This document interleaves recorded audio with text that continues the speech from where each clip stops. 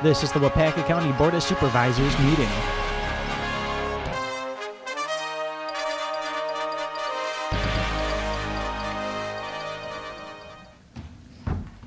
Good morning, everyone. Good morning. I will call this Waupaca County Board of Supervisors meeting to order on this Tuesday, September 19th. Please press your roll call buttons.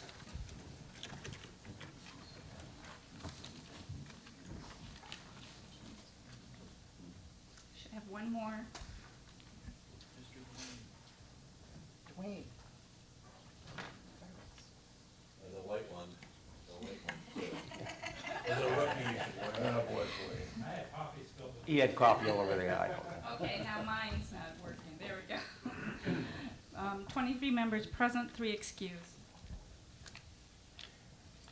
Okay, before we do the open meeting statement, I believe first I'll ask, is this open meeting statement been legally? Yes, it has. It is, okay, thank you. This morning we have a couple of guests that I invited here to watch how the County Board of Supervisors operates for a meeting. And I didn't bring her along, but Sharon Evelyn, the new city administrator from the city of Clintonville, is here.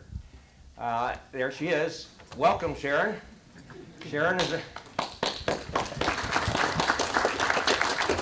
of course, from the city of Clintonville, but originally from Georgia, I believe. Yes. And how long have you been on the job now? 5 months, I think. 5 months. So 5 years. Yeah. And next also we have John Foss, a new city administrator from Waupaca. Now talking to John, we don't have to talk about county government because he sits on the Outagamie Board of Supervisors, so maybe he can teach us a lesson or two. So anyhow, welcome and thanks for coming. With that, when we stand for the silent meditation pledge for the flag, as you see later in the agenda, we have a commendation for Connie Albert. Please remember her in your thoughts and prayers when we're standing.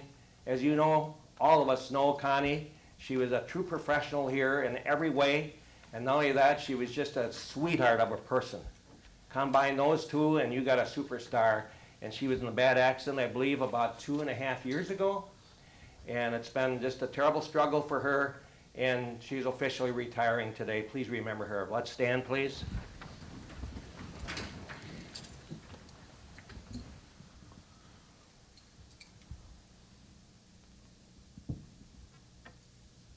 Pledge allegiance to the flag of the United States of America and to the republic for which it stands, one nation, under God, indivisible, with liberty and justice for all. Thank you very much.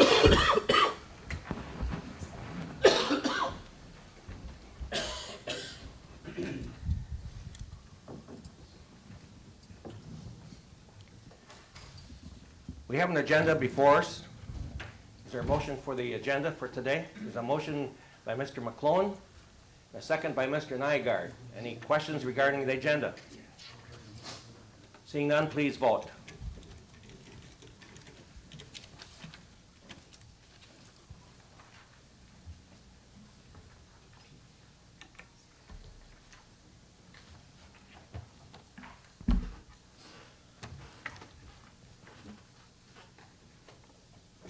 Last chance to vote.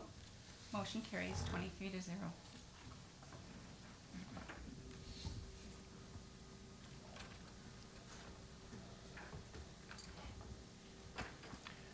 The minutes were sent to you from the meeting of August 15th, 2017. Is there a motion for approval of those minutes? There's a motion by Mr. Gerald Murphy and a second by Mr. Jonley. Any questions, discussion regarding that? Seeing none, please vote. Last chance to vote. Motion carries 23-0.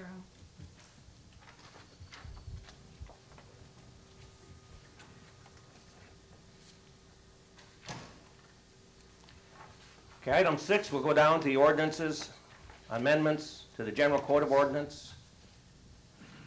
Ryan is on his way up.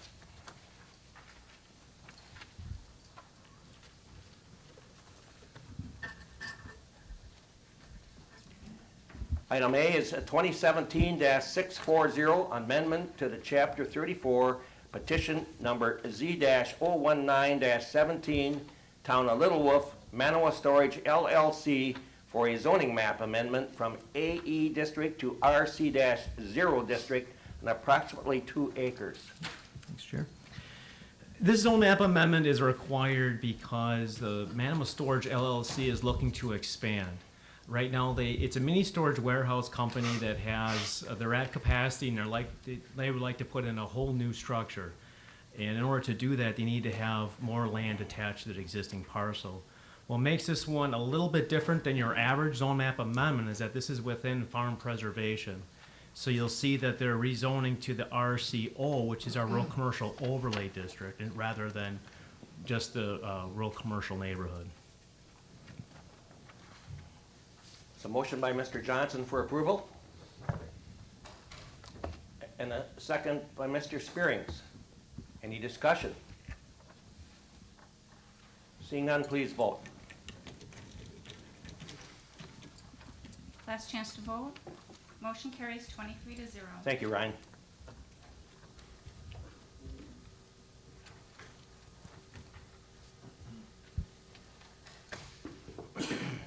Item B is to amend Chapter 7.04, revised school zone restrictions, New London High School. The Waupaca County Board of Supervisors does hereby ordain the following. The speed limit on County Trunk Highway W between Clot Road and 380 feet east of Pamela Lane shall be 25 miles per hour at all times. This section of County Trunk Highway W will continue to be a school zone in the New London School District. This ordinance shall be effective upon erection of the standard signs given notice thereof. A motion by Mr. Zog and a second by Mr. Muck. Questions or discussion? Seeing none, please vote. Last chance to vote. Motion carries 23-0.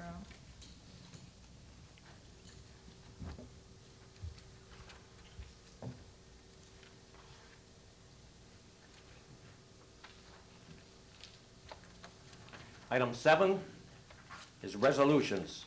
A, resolution number 2017-18, Comprehensive Community Services, CCS Program Support Technician. The Health and Human Service Board is recommending the creation of a Comprehensive Community Service, CCS, Program Support Technician, wage class 6.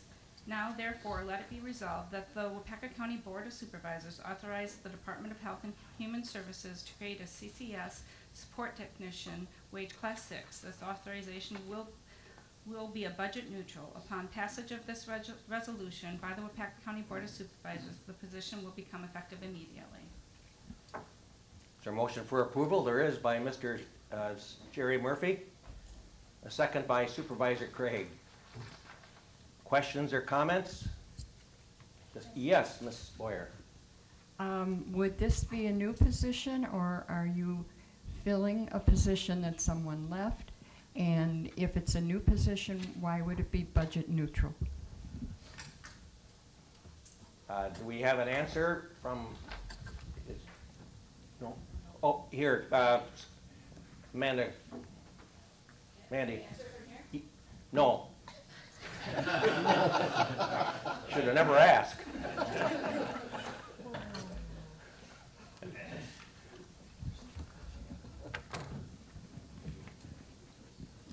Good morning. I'm probably not going to give as elaborate and thorough explanation as Chuck or Shannon would, but it's through the CCS program, so it's fully reimbursable, kind of through that same program. So a new employee. Yes, and it's a new position, correct. Thank you, Mandy. Any other questions? Please vote. Last chance to vote. Motion carries 23-0.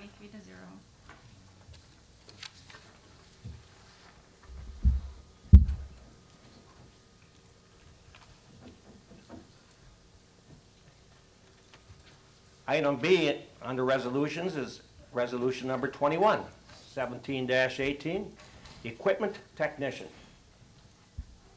Equipment technician technician position in Waupaca County Highway Department. Now, therefore, let it be resolved that the Waupaca County Board of Supervisors authorize the addition of a full-time labor grade 8 equipment technician position at the Waupaca County Highway effective upon passage of this resolution. Do we have a motion? There's a motion by Mr. McClone and a second by Mr. Fleece. Any discussion? Mr. Terry Murphy. Yeah, it says the Waupaca County Highway Department desires to hire, recruit, and retain qualified, experienced equipment technicians. This is just for one technician, however, right? Yes. So, but does that mean that they plan on hiring more in the future? They have more than one on staff. That's what that means, huh? Okay. Any other questions? Please vote. Last chance to vote. Motion carries 23-0.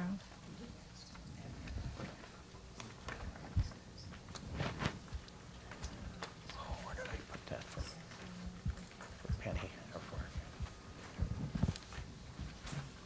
Here. Okay, we go down to reports. We have a UW Extension report from Penny Tank.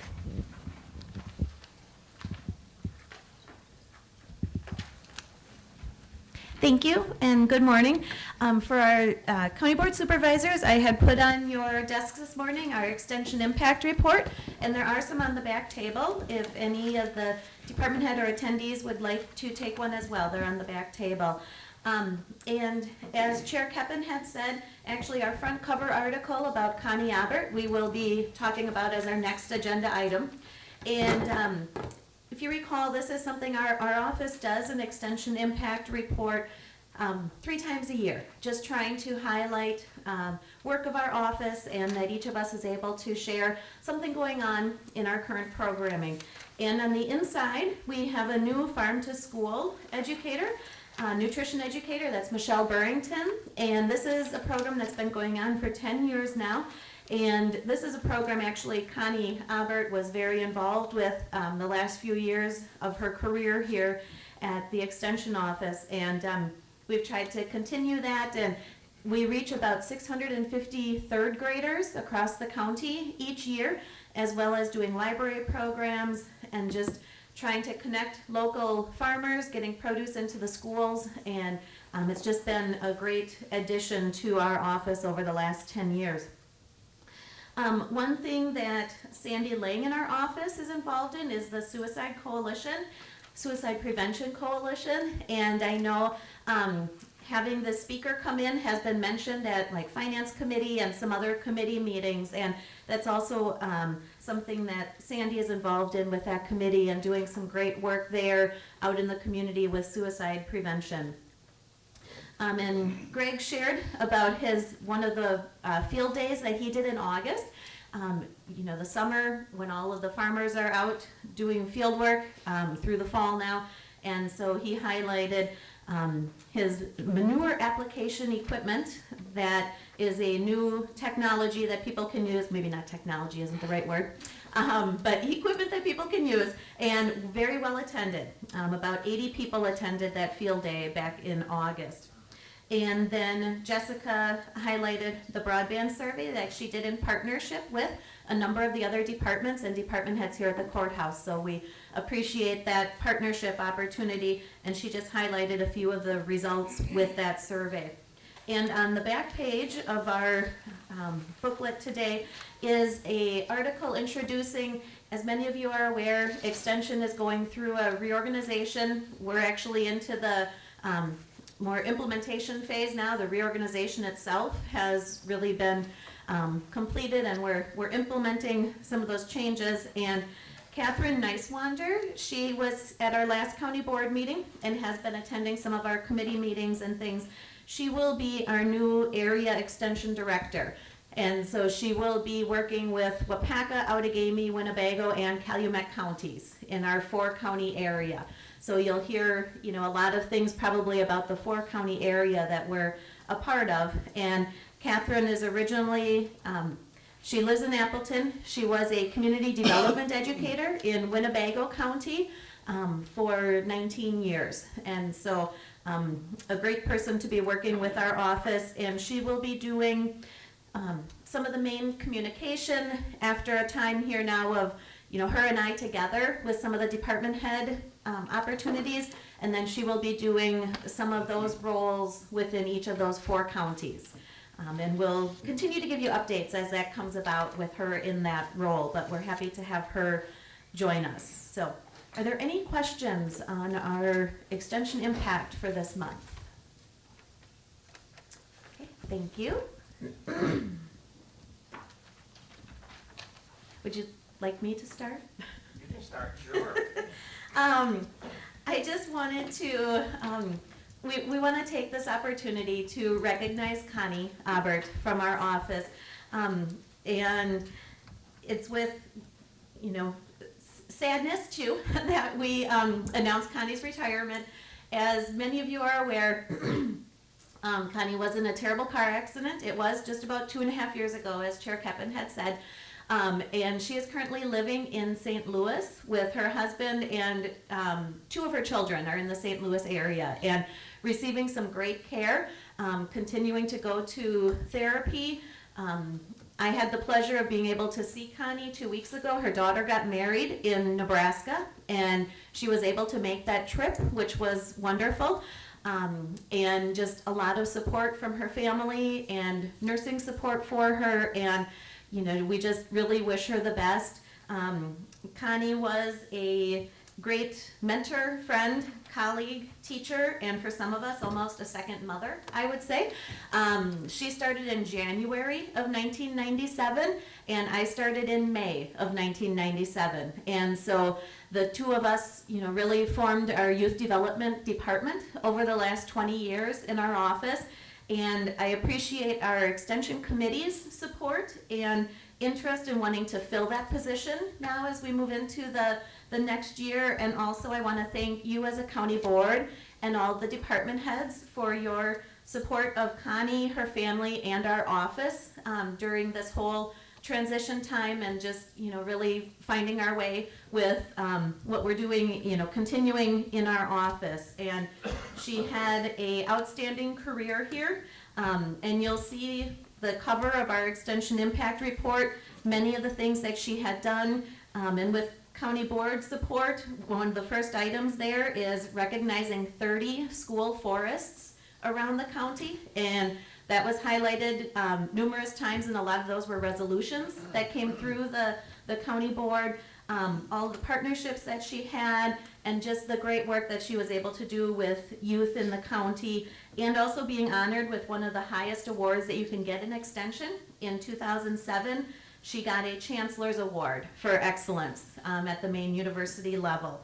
And so we just would like to really recognize her and thank her for her efforts. And I will let Chair Keppen continue. Thank you very much. Well, what I said before about Penny, is any of us that knew her, is so foremost in our mind what a great person she was, great educator and a great person. You know, I'll never forget the first committee I was appointed to by Chairman Dewey Brown in 1998 was her committee, and Youth of Extension. And I kept staring at her, and after the meeting she said, "Why were you staring at me?" And I said, "Connie, I just have to admit that my first wife died in 1988, and you're the splitting image of Kay." I kept looking over like he just came back from heaven.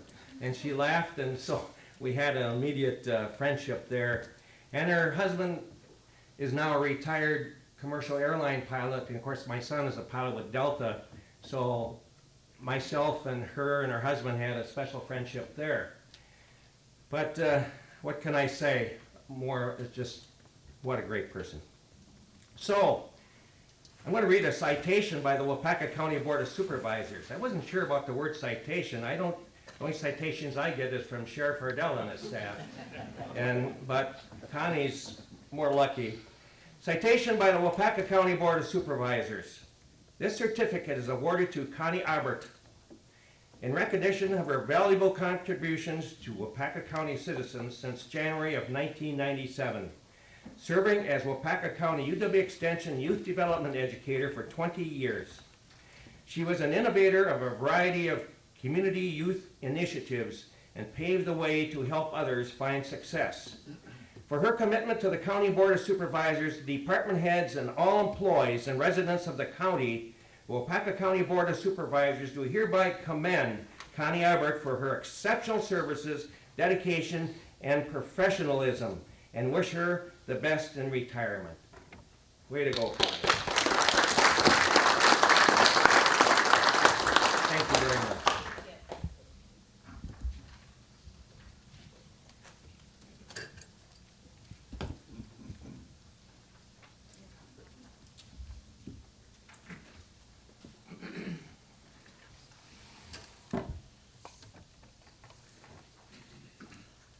Okay, next we'll have Mr. Casey Beiersdorf give us a new highway facility update. He's up here already. Good morning, Casey. Good morning. Thanks for inviting me back.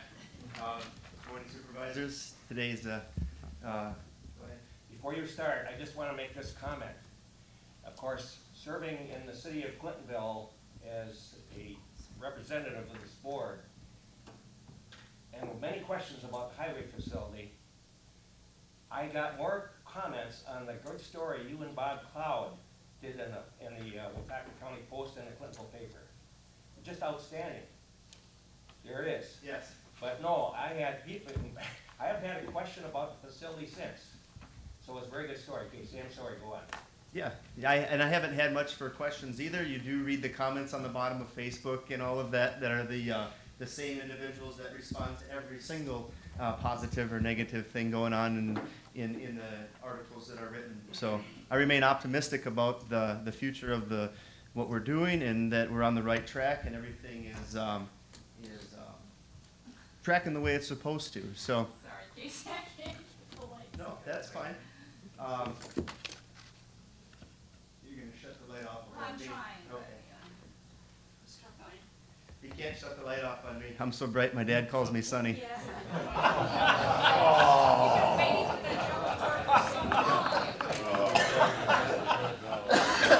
You've been waiting for that joke for so long. With that, I'm agenda item letter C, I believe it was, and we're going to talk again about the new highway facility, not only in what we're proposing, but where we've been and what we're currently doing. So we're kind of covering the past, the present, the future, all on the same topic this morning. So just to kind of back brief for everyone, as you are well aware, the land that we were proposing to build this new facility on was purchased back in 2008.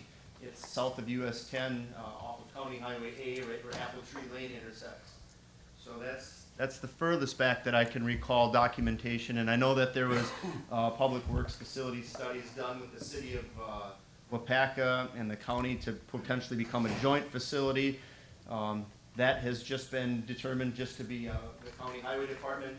There's also been discussions is if we're going to have a joint facility with parks or sheriff or our highway, and we've more or less covered that base, I believe, in that we're just going to keep it county highway department only. Can you push your mic towards you so they can hear you better? All right, is that better? Yeah, TV audience couldn't hear. All right. So with that, I was joined, again, hired a year and a half ago already, so I'm enjoying this experience. And with one of the tasks put at hand of myself was to create or revisit the special building committee. So the County Board of Supervisors had a special building committee, as you're aware, and they decided to go with a phase 1 space needs study. That space needs study, or the special building committee determined that the Bray architects would give us the space needs, and you've all pretty much heard multiple presentations from Mr. Hacker at Bray. Most recently, the proposed cost, estimated construction cost of $27.6 million. That's an overall product of what we got for hiring an architect to do a space needs study. So with that, we reevaluated location out on County Highway A. We determined back and forth, is this the best fit for us? We determined that it does meet our needs. We've gave multiple presentations to yourselves in regards to what we've done. We've most recently completed a boundary survey, which is an official survey that says if this project moves forward, or optimistically when the project moves forward, the annexation could take place for that property that's located in the town of Lind right now. It would get moved into the city of Waupaca, and it'd be owned by the city of Waupaca. And the reason that would have to be done is because it would be serviced through the water and the sanitary, and all of our utilities would be serviced through the city of Waupaca. In addition to what we've done, we've toured the Jefferson County Highway Department with several of our employees, to include the administration staff, our maintenance staff. I believe Mr. Fleece and Mr. Jonley came down there with me. Yesterday, Mr. Muck, myself, and Mark Korth, our Buildings and Grounds Supervisor, we went and toured the Fort McCoy maintenance facility, so we can get a whole new perspective of how maintenance facilities are designed and constructed for different needs, to look at garage heights, the way oil lines are fed in from a service room, and how they break up the components of their shop into a fab area and a welding area and a long-term fix area and a short-term fix area, and all the different jacks and cranes that are necessary to support a facility. So we've done multiple tours of different facilities on that. So then most recently, a newspaper article came out, which Mr. Cloud and myself sat down and basically talked about again, the space needs, so that the public is made well aware of what our needs are. I know that there may be future articles written, whether it's with myself or with it's finance, or whether it's with Highway Committee Chairman. I know that Mr. Cloud would like to write future articles on where we're moving forward with this project. In addition, the architect is now looking at, you're kind of getting close on that timeline, meaning yourselves are going to make a decision on where we're moving forward with this project. And when that happens, what's our next step? How are we going to move forward? So having a construction manager on board sooner than later to start looking at subcontractors and bidding documents and helping with the design of the structure, and ensuring that the architect is designing something that actually functions and making sense, instead of it looking like something that, what's that place by Spring Green, the beautiful houses. You know, they're beautiful architecturally designed, but they just don't quite function as houses. So we got to make sure that the workability and how things function match with architectural, and that's why a construction manager would join us sooner than later. So we've looked at different types of construction managers, whether it's an at-risk construction manager and just let them go forward and oversee the project, or where I would like to go is have a construction manager on board with us that would essentially give us still the power to hold the project and make decisions on what we would probably want to do anyway. What size cranes, what size fuel systems, what size salt sheds, and so forth. We just don't say, go ahead and we want a turnkey operation. We want to be heavily involved in this from start to finish. So there's different types of construction managers you can ask them to perform services for you. So them discussions are starting to take place, again, but it's dependent on moving forward with the project. Outside of that, we've had discussions, whether it was in Finance Committee or Highway Committee or Special Buildings Committee, is ensuring that the supervisors that are going to make this important decision are as informed as you can possibly be. Any questions that may arise, you should ask them questions. And to be honest with the entire group here, I've never had anyone come over frequently or recently and ask, can I see your facility? So I'm making the assumption that if you're going to make this big decision, that you've all know about the highway facility, you've been there and you've toured it and you've seen it. But if that's not the case, we've created a slideshow that I'm going to go through a few things to make sure that the entire group here is aware of our needs. So bear with me as I go through it. If you've got questions, we'll take our time and answer them as necessary as I can answer them, or as the best I can do. So we're as informed as we can possibly be. Okay? Very good. Okay. Continue on. Okay, so using the slideshow here, if I hit the right, it goes right. Okay, good. So we created a slideshow that shows the exterior of our maintenance facility. This is the picture, and I'm going to kind of read it and kind of talk at the same time. So it's a picture of the facility that was built in the 30s. I think 1936 it was built.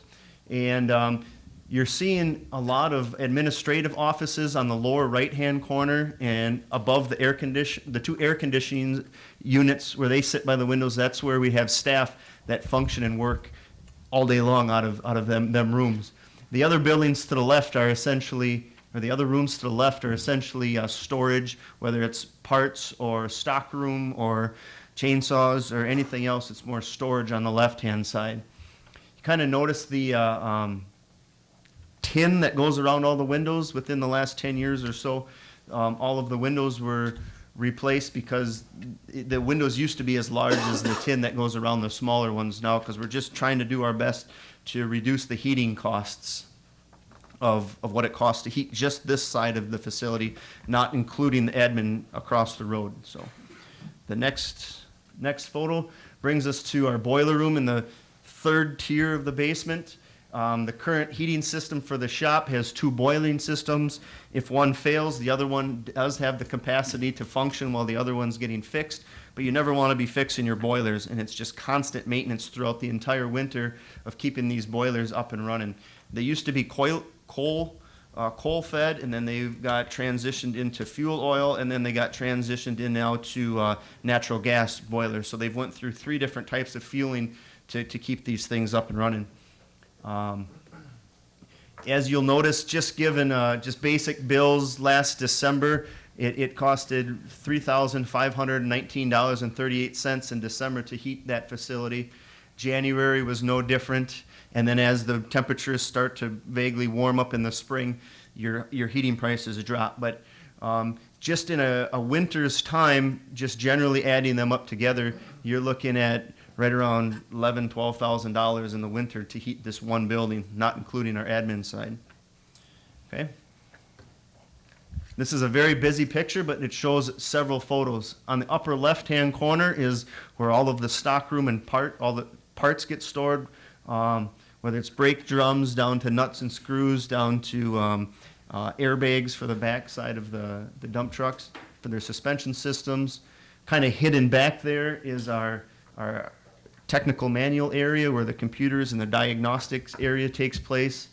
And to the right of that picture here, them are some very large hydraulic spools that it takes 2 men to carry them up that stairs to the second story, and that where we have enough space to store them, hydraulic hoses in a warm environment. And then they poked holes through the second floor so that you can pull the cables or the hydraulic coils down into the maintenance bays and cut them off to the right lengths. And then there's a whole bunch of more stuff that's upstairs that you just can't capture in one photo. Our repair workshop bays, again, it was built in the 30s when the vehicles and equipment were much smaller. Our storage and service bays were designed for mostly single axle trucks in the 30s. And as you've seen additions in the 60s and the 80s take place to the current facility, our vehicles continue to grow and get larger and larger and larger. We have a lot of quad axles now that with US 10 being larger, you've got dual wings on the side. Your trucks are about 14 to 18 feet longer with that front plow on it, and nothing essentially fits like it's supposed to fit. And so that's a reiteration of the space needs that we have. We've got 9 mechanics and we've got 4 work bays. So as the men that work out in the field every day are going out to their job sites, the mechanics then are pulling their whole project back out onto the bay, and that's where they work all day long until the guys that are coming in from the field have to go, and then they take their project back off that bay so that the truck drivers can park their trucks back in the vehicles, or back in the bay. Here's some more photos. The upper left-hand photo is where we do a lot of our welding of our metal, our fabrication area. Kind of tucked behind it is our brine storage area. We're using a wash rack / paint booth / salt brine facility to function for three things doing the same out of one small space. Probably from Mr. Penny my way is an area to put one truck in. It's also used during the winter to store a truck, so when that gentleman or that operator comes in during the winter, his truck is warm before he goes out and plows snow. As you're well aware, we do a lot of servicing for the Sheriff's Department vehicles, to include, we were doing a bunch for WCI. We do occasional maintenance for a lot of county departments. The lunchroom that our men currently eat out of is shared in the same area where there's welding and there's dust and there's lots of, what do they call them, VOMs or particles. So you've got your men eating in an environment that essentially would not meet any type of code, probably since the 70s, since they started updating environment codes to eating. So with that, that's where the men meet each morning, and the supervisor will come in and give them their orders for the day. And it's just, there's stuff clicking and banging and cranes moving, and they're trying to get their orders. So for me to give an order to Mr. Federwitz and say, I want you to do this, this, and this, I got to make sure I got your attention without anything else distracting you. And it's sometimes critical when when you're naming a specific road and intersection and what specifically to do. Notice that the door is open there on the side. It just creates more light for the shop, and then ventilation so the guys can breathe while they're eating. The next photos are outside or behind the shop. There's really no photo here of the Waupaca River, except the tree line is the Waupaca River. So the picture was essentially taken right from the building right to the river, and that's the space we have to store whatever does not fit inside of the shops, which allows for sun drying and during the winter I think my next photo will do that. We'll talk about summer. We've got many scrapers and just millions and millions of dollars worth of equipment that sits outside year round, which it's undersized. The next one is photos where we have to keep all of our plow trucks along the Waupaca, or the actual plows along the Waupaca River. They cannot get hooked up and be in the warm shop during the winter. So them truck drivers will come in, pull their truck out of the garage, go back here and hook up their plow to their truck, and it's empty at the time because they have to go across the scale empty and then get loaded. So when the truck hitches up to their plow, well, it's snowing in the dark, they're backing up and there's not enough weight in their trucks and it doesn't pull them up. So we're constantly pulling our own trucks out even before they go out on the road to plow snow. And mind you that now they're wet and it's 2, 3 o'clock in the morning and they're going to sit in a truck for 10 to 12 hours during the day. It's not right. The next photo is a picture taken during the winter. This is how we pack the trucks in when a snow event, or when we're getting ready for a snow event, or all winter long. The reason they got to be inside is because when them sub-degree temperatures come during the winter, as you know, diesel fuel gels up, and if your engines are all gelled up when you got to go plow snow, you can't have them function. So most of our equipment operators are assigned a specific route to go and plow, and with that specific route, they're assigned a specific truck. And if there's drifting over in Waupaca on 10, or there's drifting on a plow route that one of my Waupaca employees would go to, they're more than likely not going to be the first one that sits right next to the doors. So either they take someone else's truck and go plow and hope that that person don't get plowed in too, or you just move a whole bunch of trucks to get one truck out to go on their route. It's just cumbersome and time consuming and inefficient. Some more photos. We store our salt in the upper right hand corner in the county shed.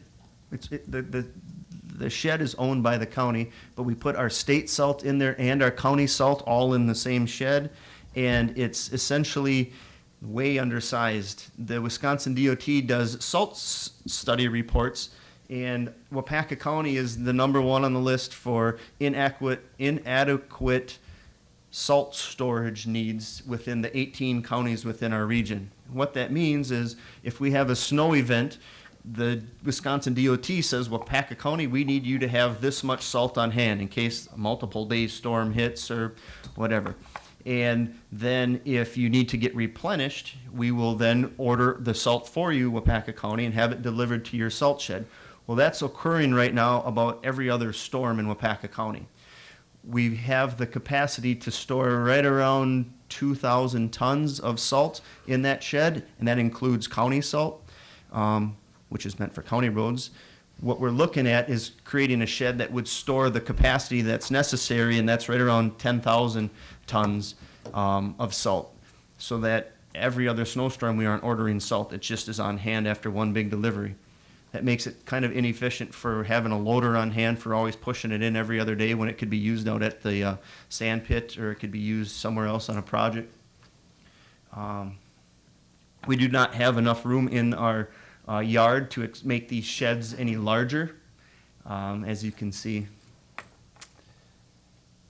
Upper left-hand corner, if there's emergency on Highway 10 and you need to come in and get all of your message boards that says Highway 10 closed or 45 closed, you typically keep that stuff indoors so that you can use it when you need it. And we are coming in and ensuring that the batteries aren't frozen and that there's no salt on or no snow on the boards, and brushing that all off just to take it out and use it. Typically, it's in an emergency. Our sign truck has to be warm and ready to go at any time for emergencies, so that consumes quite a bit of space in that storage shed. We have a sign shop currently. I would like that sign shop to be the central distribution sign shop for Waupaca County. What does that mean? Or for our region, what does that mean?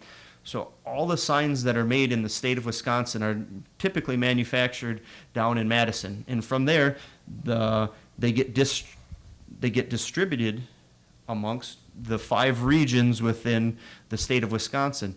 And right now, our region of the 18 counties in north central Wisconsin do not have a sign distribution center. So we're the only one in the state that goes to a different region to get their signs, which includes all the other 17 counties in our region. We all go to Winnebago or Brown County, and I would like for our facility to be the central location where all of our 18 counties from our region can come get their signs that Madison had delivered to us. It's just, that's how their process works for their inventory and their records and whatnot.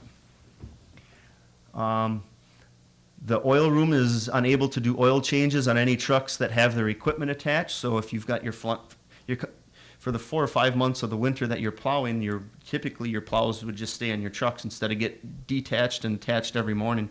And then you have to do your oil changes after every 3,000, 5,000 miles, or we do it based on how much diesel fuel gets run through our trucks. That's the indicator when to change the oil. It's easier to track it that way versus mileage.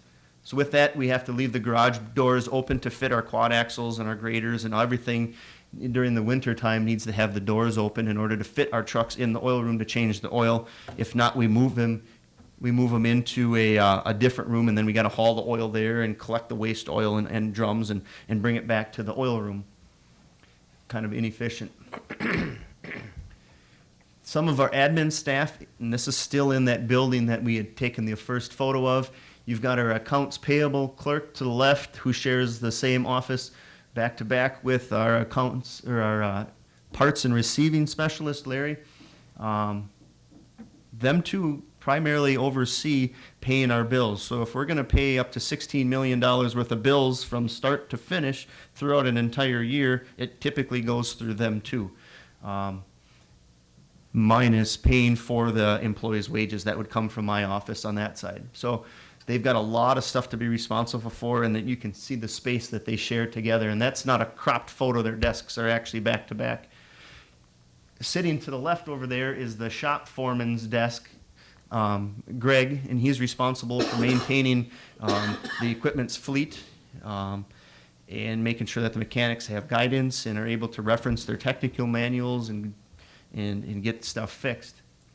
Upstairs, you've got both my patrol superintendent and operation manager's room. They share it together, so It's good to have them together, but they need to have their space as well. And to put both them two and our facilities and equipment superintendent all in the same room, they've got little to no room and to adequately have desk space. Fortunately, a lot of things are going digital, so you don't have the paper copies flying everywhere, but that just does not give them the adequate space that they need. Downstairs, essentially, that's how the employees come down the stairs to go to the bathroom, and then here's their locker room where the mechanics change and stuff in the morning. They share it with the tires. Right now, there is just a 2-stall men's-only bathroom for 15 Waupaca field employees, 10 mechanics, 7 office/foreman personnel. So you've got a 2-man stall for roughly 30-some people. There's no female bathrooms in that shop. They come across the street to utilize the latrines or whatever they got to do. So it's just undersized. The highway commissioner's office is large. I can't complain about that. So, but it's got to be feasible where I can get at least 4 or 5 people in my room at one time to have whether it might be a private meeting or a closed door meeting. I got to have adequate space to meet with my employees or townships or whatnot if it's more of a private matter. The upper right-hand corner is Ms. Carlin's office. She's our office manager there, and with that, she shares space with our accounts receivable accountant and our highway office specialist. Below is where our engineering specialist, Kyle, sits. They basically made a room to make another office. And as that department is continually providing services for townships, our own county staff, the state, any land surveyors or utility requests that are just constantly coming in, he's too tight. To the left, a lot of you have been there in the highway committee room. It's large enough when I have my highway committee meeting going on, but if we have any invitees that come and attend or bid openings, or the public wants to have concern over a large project, such as this coming Thursday, the Wisconsin DOT is going to hold a big meeting in that room to talk about replacing a bridge on US 10 eastbound. So any type of project meetings, it's sharing space with multiple functions. These cabinets store all of our town files for layout orders for anything in Waupaca County for road-wise, if there are any. We also share the space as this is a project update room for our employees so they know what projects are going on. That brings me back to the original slide. So with that, if you haven't had the opportunity to come visit us, please do. If not, I hope that I did somewhat of a brief explanation as to our needs. So, thank you, Casey. I know a few years ago that after a county board meeting, that was before you were here, Casey, we did go over and take a tour of the building at the time. So those of you that weren't here at the time, just make sure you get over there and see the inadequacies that they have to live in over there. It's not pretty. Mr. Murphy? Casey, under our current facilities in Waupaca, you were mentioning about how in the wintertime they need to bring the trucks out and hook up the plows along the fence there that I saw. How long does that take?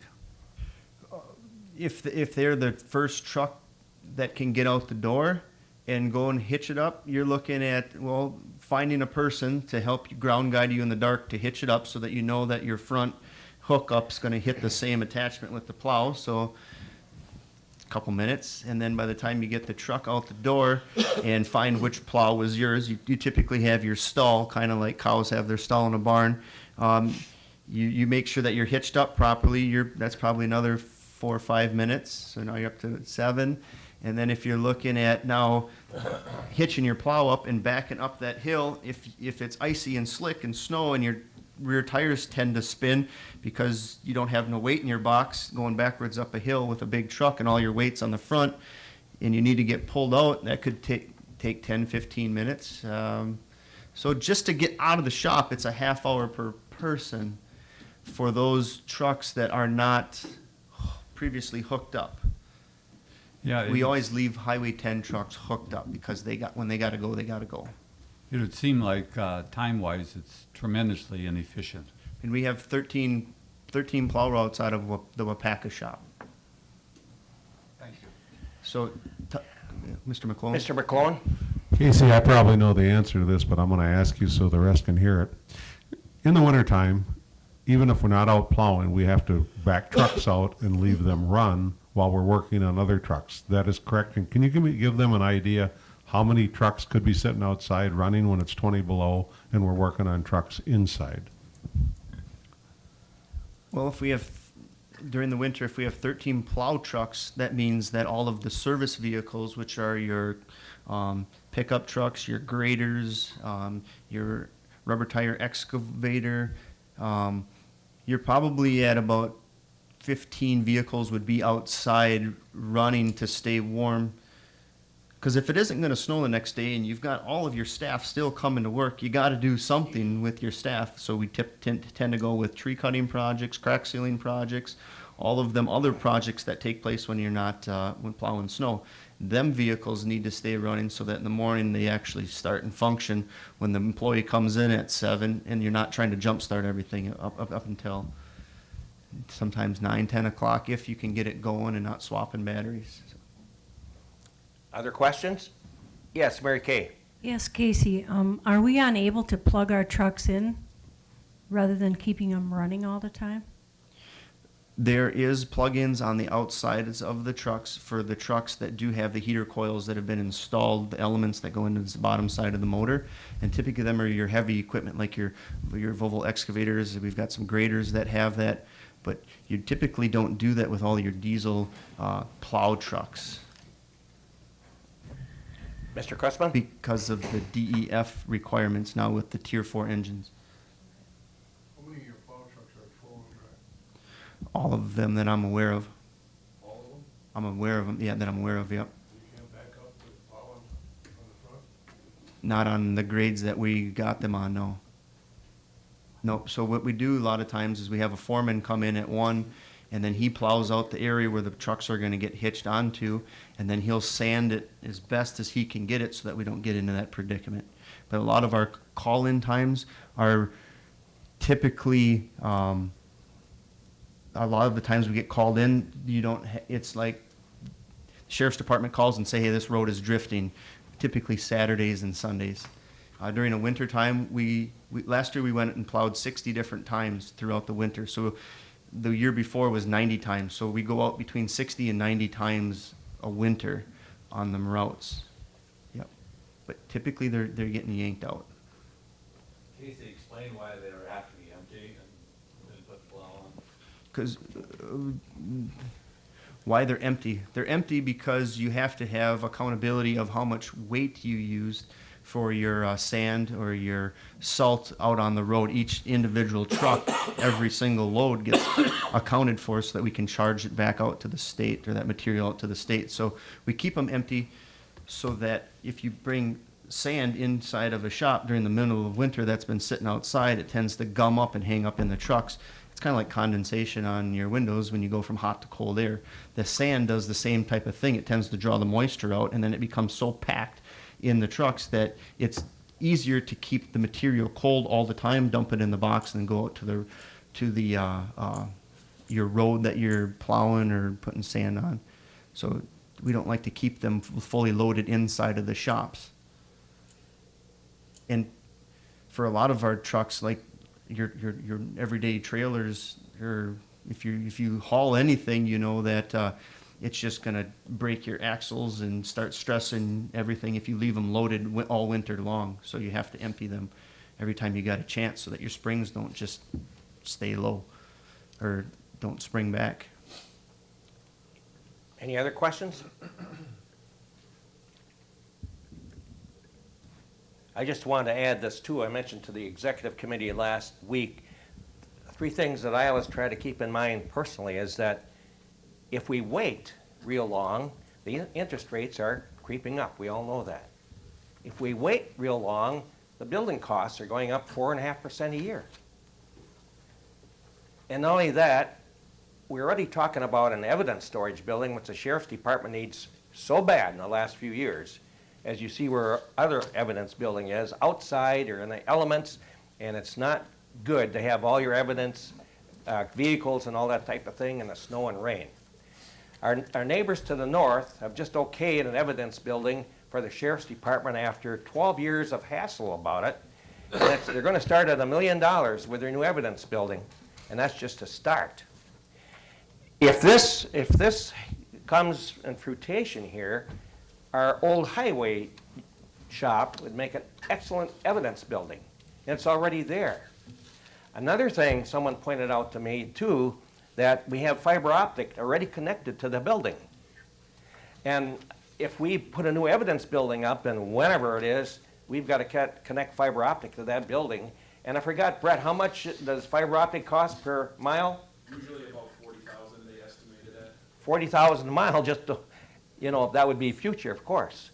But those are little things that I think about, we all should think about and keep in mind. So, Casey, a very good job. Thank you, sir. Yeah, thank you for tasking me with this project. I'm optimistic about it. Keep plugging away and giving you the best information I can so that you're well aware of what's going on. So, thank you very much. You're welcome. Should we take a break?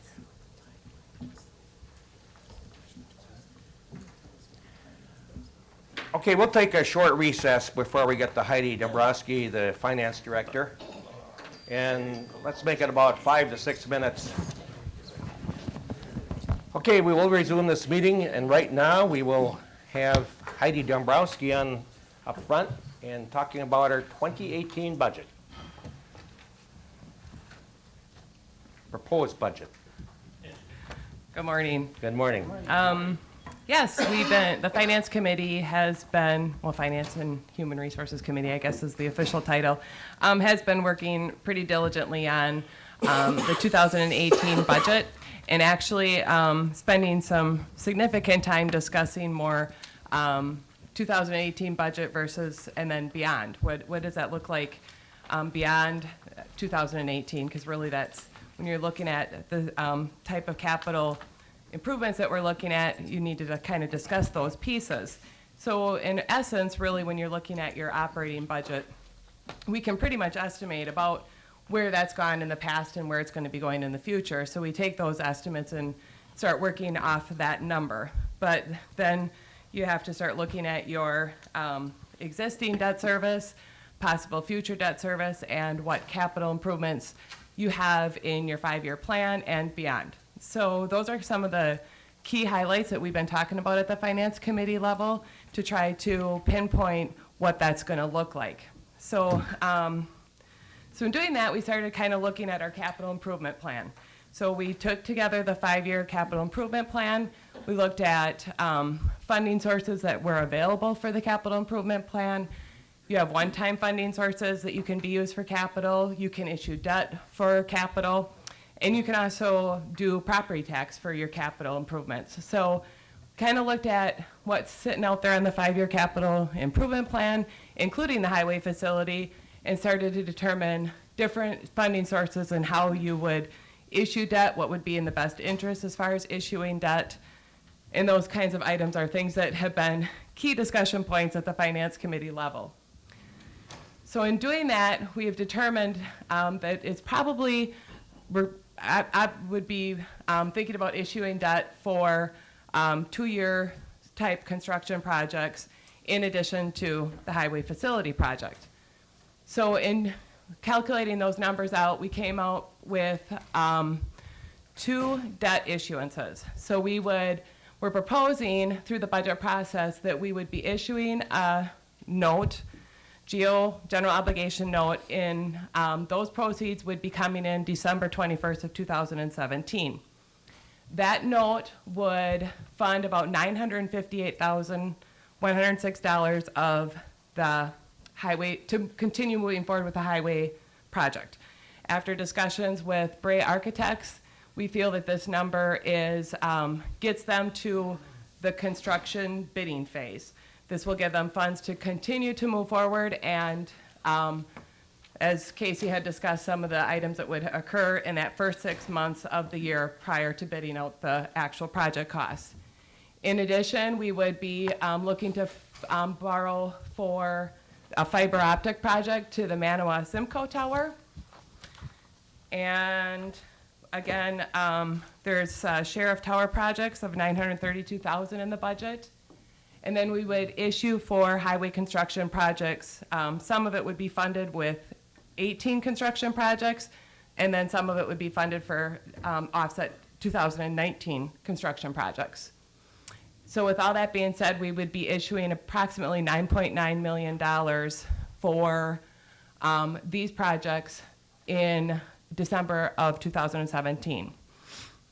Then once you're able to finalize the highway facility project and we're able to get the construction bids in, we will have a better idea as to what the second issue would be, what would be needed for that second issue. And obviously right now we're using the current budget less those amounts that we're putting in that first issue.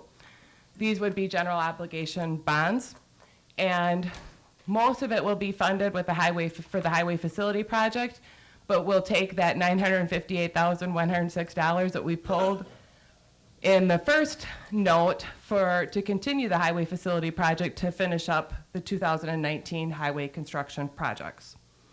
That currently is what we're proposing for the 2018 budget for debt issue.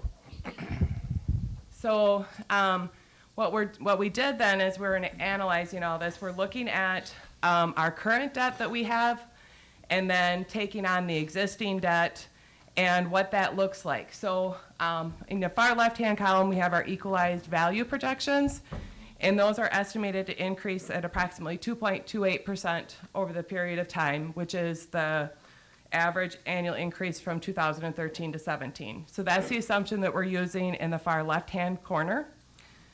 The next column would be our total debt service payment for the year of 2007, from 2017, what we had for this budget, all the way down to 2038. The highway facility bond would be a 20-year package, so it's going to take about 20 years to pay that off. So that's where, that's why we go out that far for that project. Then the next, the blue portion, which I don't know if you can see that it's blue, this brings in the 5-year capital improvement projects, and then adding an average of 2% after the 5 years are done as to what we anticipate for project expense. I talked about when you're looking at capital projects, you have other funding sources. So you have possible grant funding sources or one-time type revenue that's going to pay for a portion of those projects. Then the third column over there is the bond proceeds. This is what we're anticipating for bond proceeds outside of the highway facility project that will show up on the highway books. So that's kind of how we're handling all this process. And then you're on the far right, the next one is your fund balance applied or restored. Your fund balance that you have available above and beyond the 25% operating and any other fund balance that we've set aside for capital outlay, we would then start applying to fund the remainder of the projects to offset the property tax impact for the capital levy. So this is kind of by taking those fund balances and applying them in the bond proceeds, you can see what the net tax rate would be for the capital piece of the property tax levy. Then I added, of course, the operating piece, and like I stated before, operating on average has been increasing about 2% annually. So that's the assumption that I've used in the operating column, that we will be averaging approximately a 2% in our operating levy over the course of the period of time. Taking that into effect, oops, I went too far. If you take so then again, here's your estimated, projected equalized value. You've got your total estimated levy impact for debt, capital, and operating. And then you got your total net rate. So under the assumption that we have currently, what we would assume is approximately a 1% increase to the to a $100,000 value home, or to the tax rate. So 1% is 7 cents over the next 4 years. So basically, on a $100,000 value, property value, it's going to increase $7 the next 4 years. Then once you start paying off your existing debt, then your net tax chain will start coming down. And then when you pay off that, in 2024, you can see, or 25 is when it drops fairly significantly. Now, these are estimates, but I think they're pretty good estimates. I think we've done a good job at trying to calculate that piece out. But I think the key here is that over the next 4 to 5 years, you can anticipate approximately a 1% increase to each year annually for the next 4 to 5 years. So in doing that, when we talk about our debt issue, what we're proposing right now for the timeline is on October 31st will be the reading of the budget. That will also include an initial resolution authorizing the $9.9 million, and that for the 2018 and a portion of the 2018 projects. We anticipate that the bid results on that issuance will be finalized December 4th. December 5th, we would have to probably require a special county board meeting because there needs to be another resolution to award the debt. And then the debt will actually, the estimated closing date then would be December 21st, which is when we would receive the funds then to start funding the 2018 projects.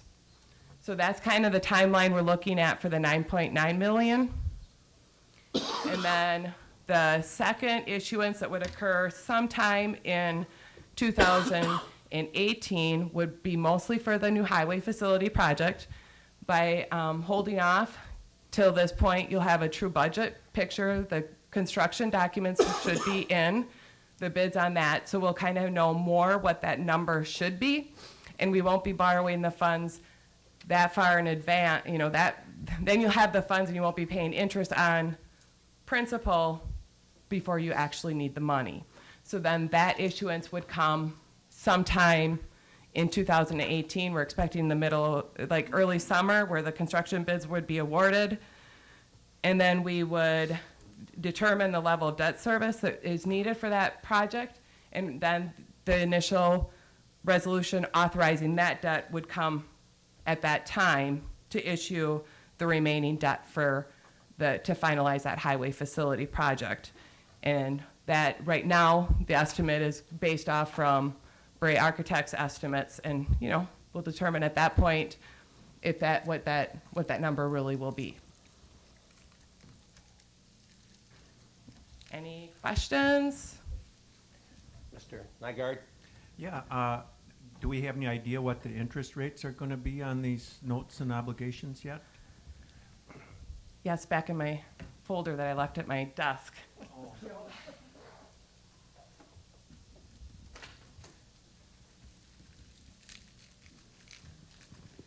Just a quick comment.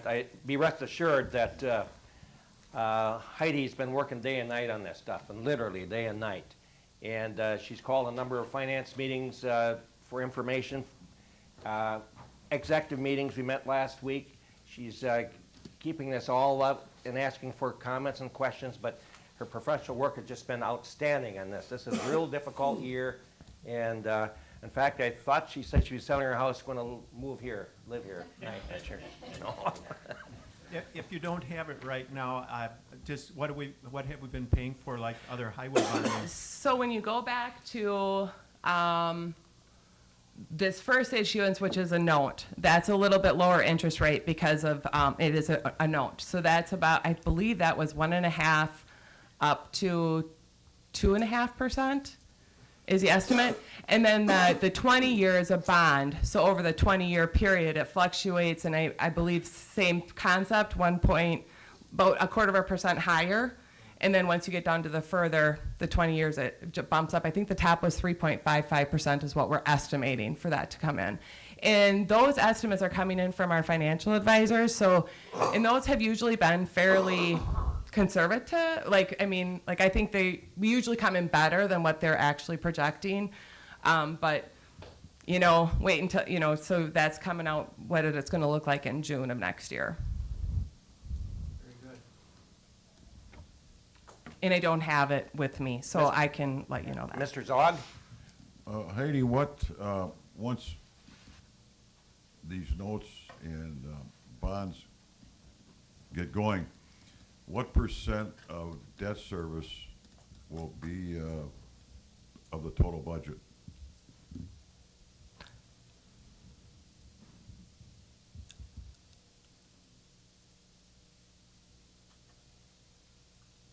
I did not calculate that piece out at this point. You mean based, what's debt service? I mean, overall, the total debt service of all our debt. Versus our operating? Budget. Of the budget? I didn't calculate it out and I don't have my calculator. But you're gonna top out here in 2019, with your total principal and interest at 8.8 million and a $27 million, with a total of $27 million budget, so. 8 of 27. Mm-hmm. Okay. And it depends on if you're pulling in your capital into your percentage. Because if you want it based on operating or if you want to include the capital in that percentage also. All right, thanks. Okay. I'll have those numbers as we get the more finalized process. We're just trying, you know, finalize, and in the budget, I'll definitely get the answer to that question. Anybody else for questions?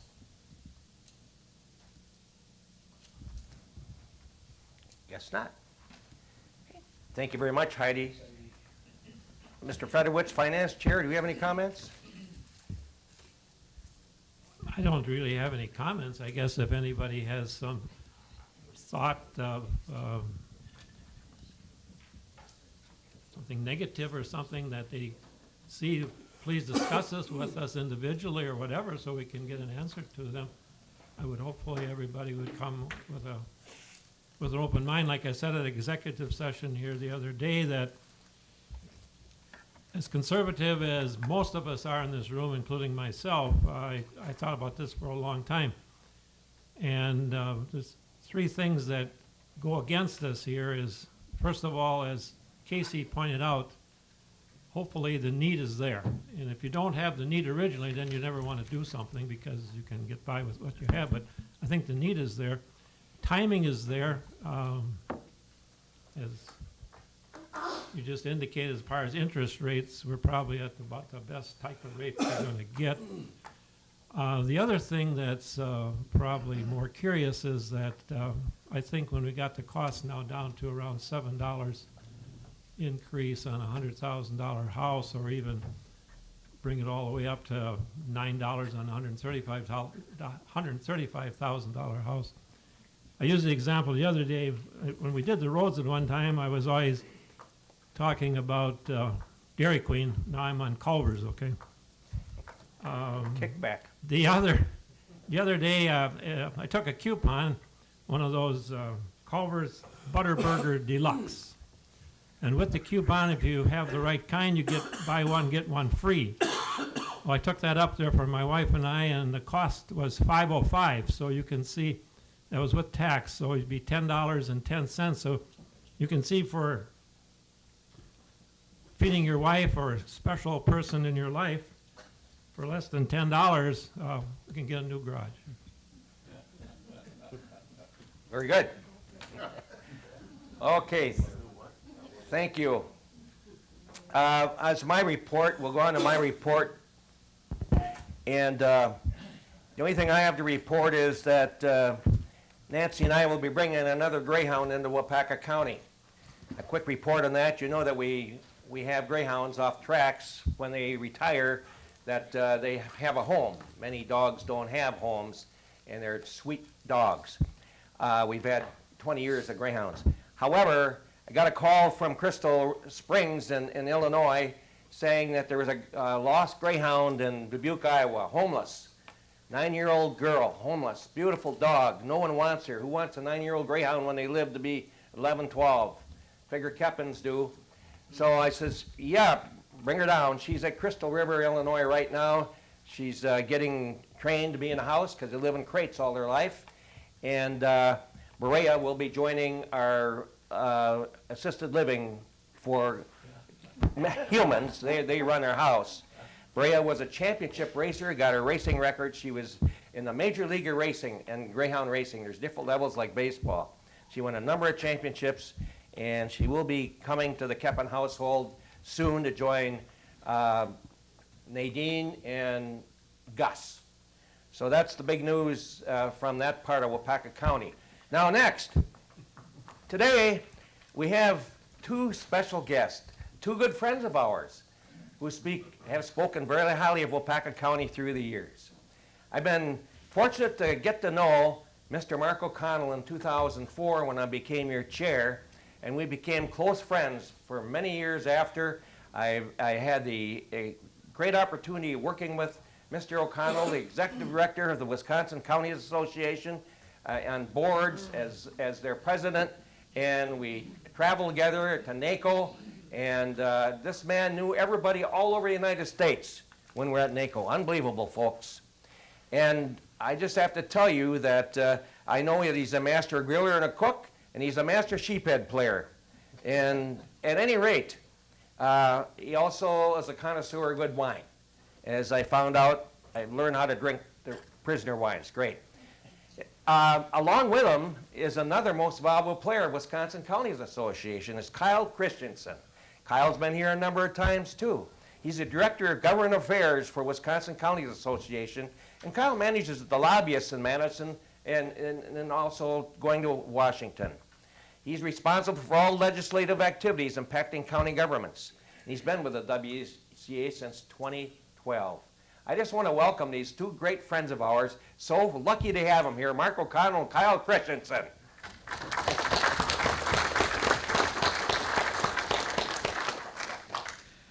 Well, thank you, Mr. Chairman, my good dear friend and traveling colleague, and members of the county board, so many friends for whom Kyle and I both are so fortunate to work.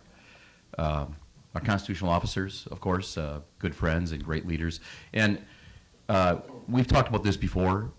The department heads and staff you have here in Waupaca County, among the best in the state. We see everyone. You see just yours. We see all of them. You have among the best.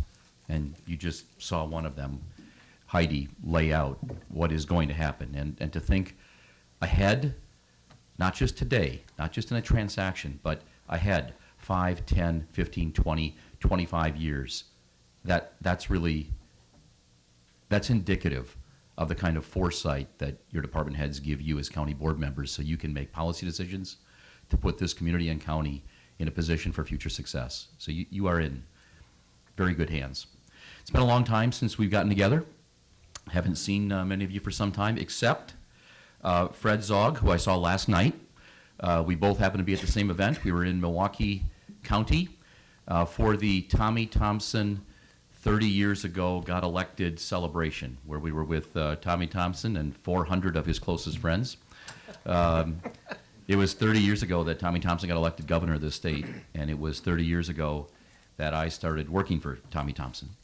It was shortly after that that I started dating his policy director, and now in 2 months I will be a grandfather for the first time, which is really, really exciting.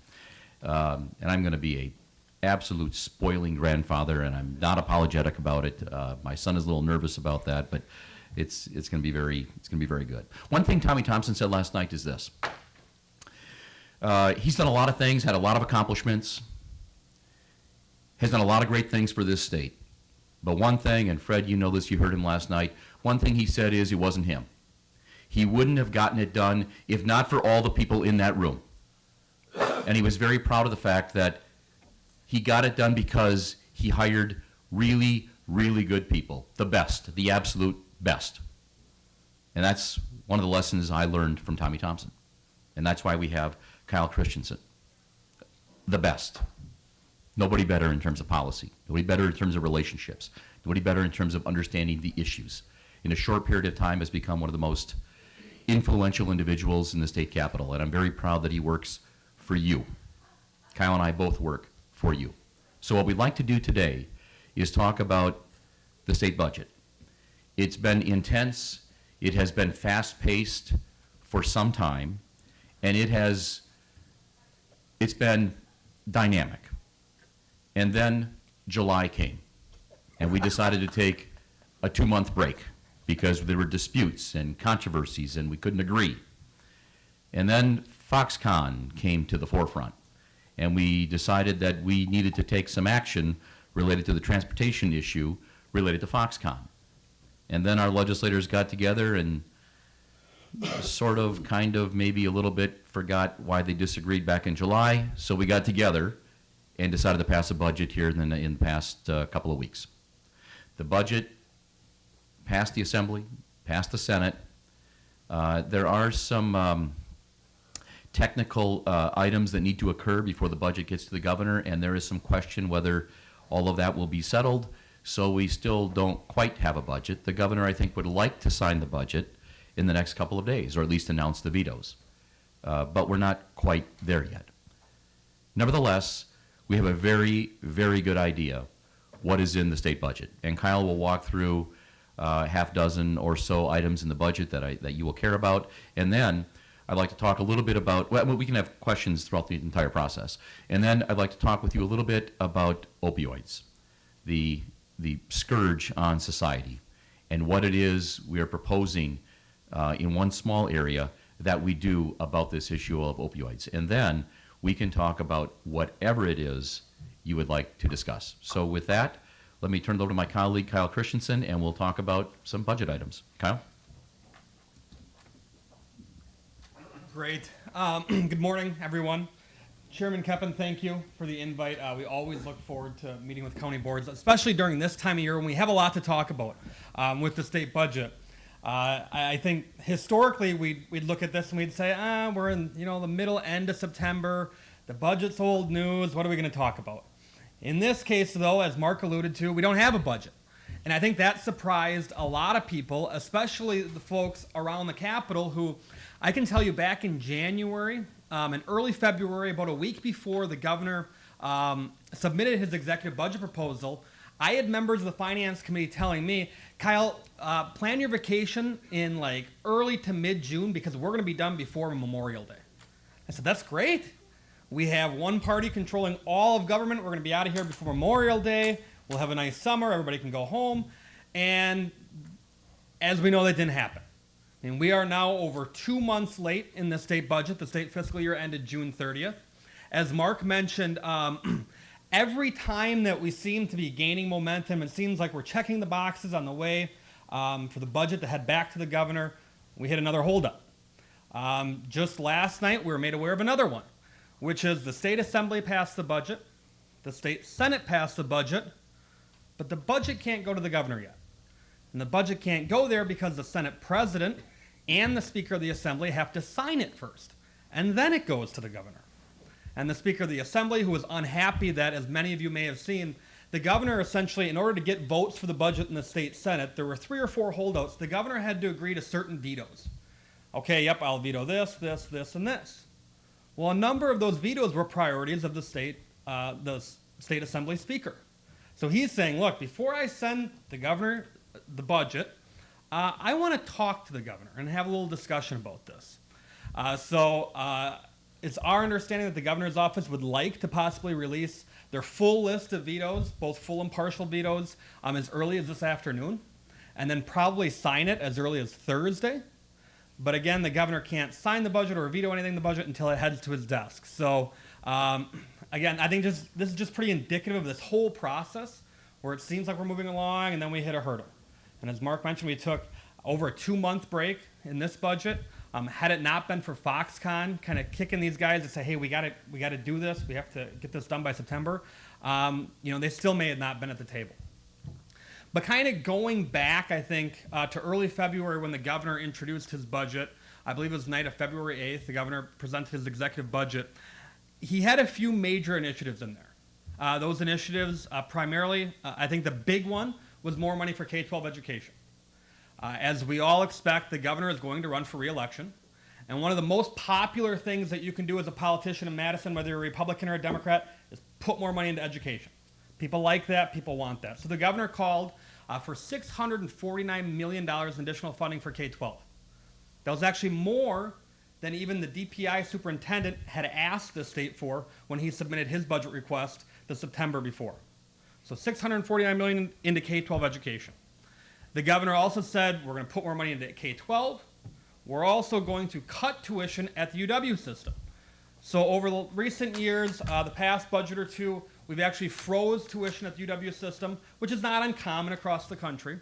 But the governor then took a very uncommon step, and he said, we're actually going to cut it. That was his second major initiative.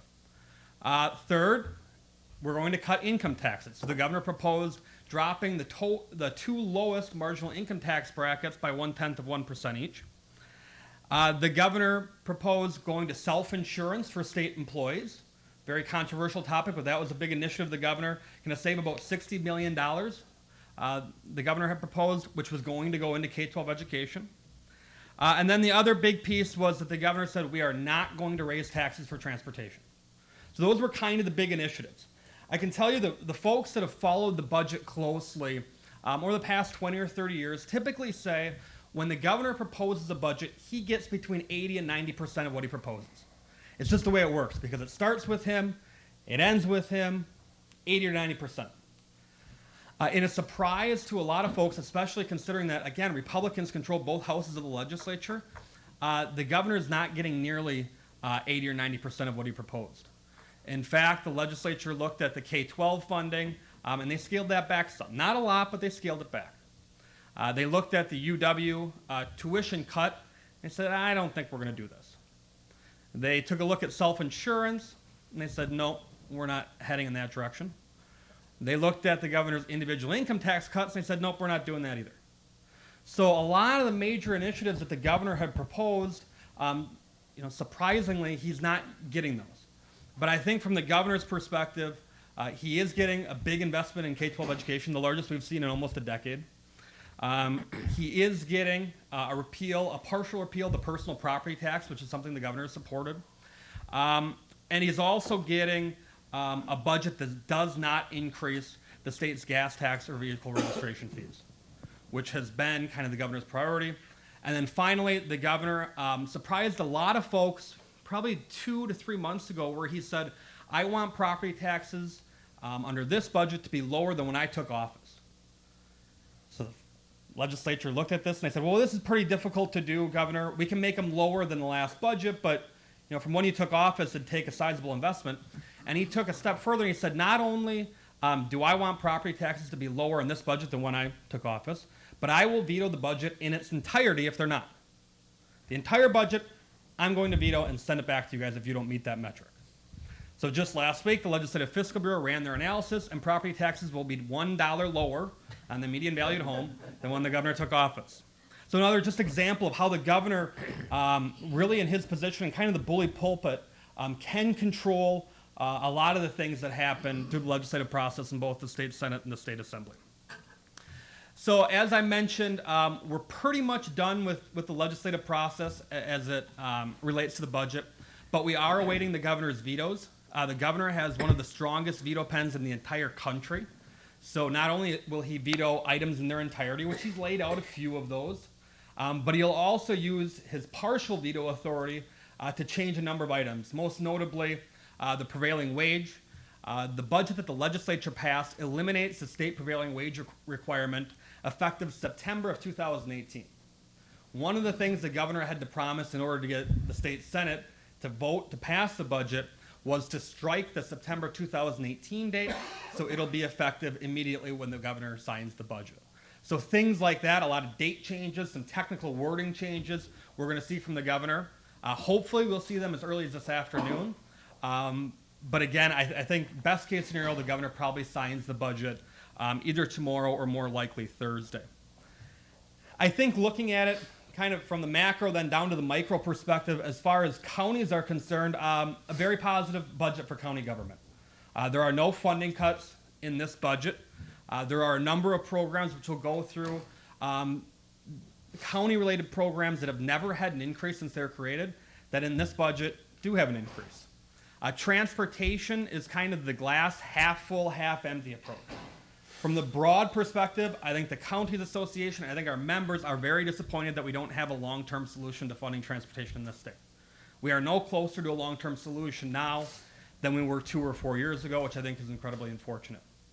However, county programs in this budget are going to see historically high increases as far as money the state is going to send to counties, so that's a positive.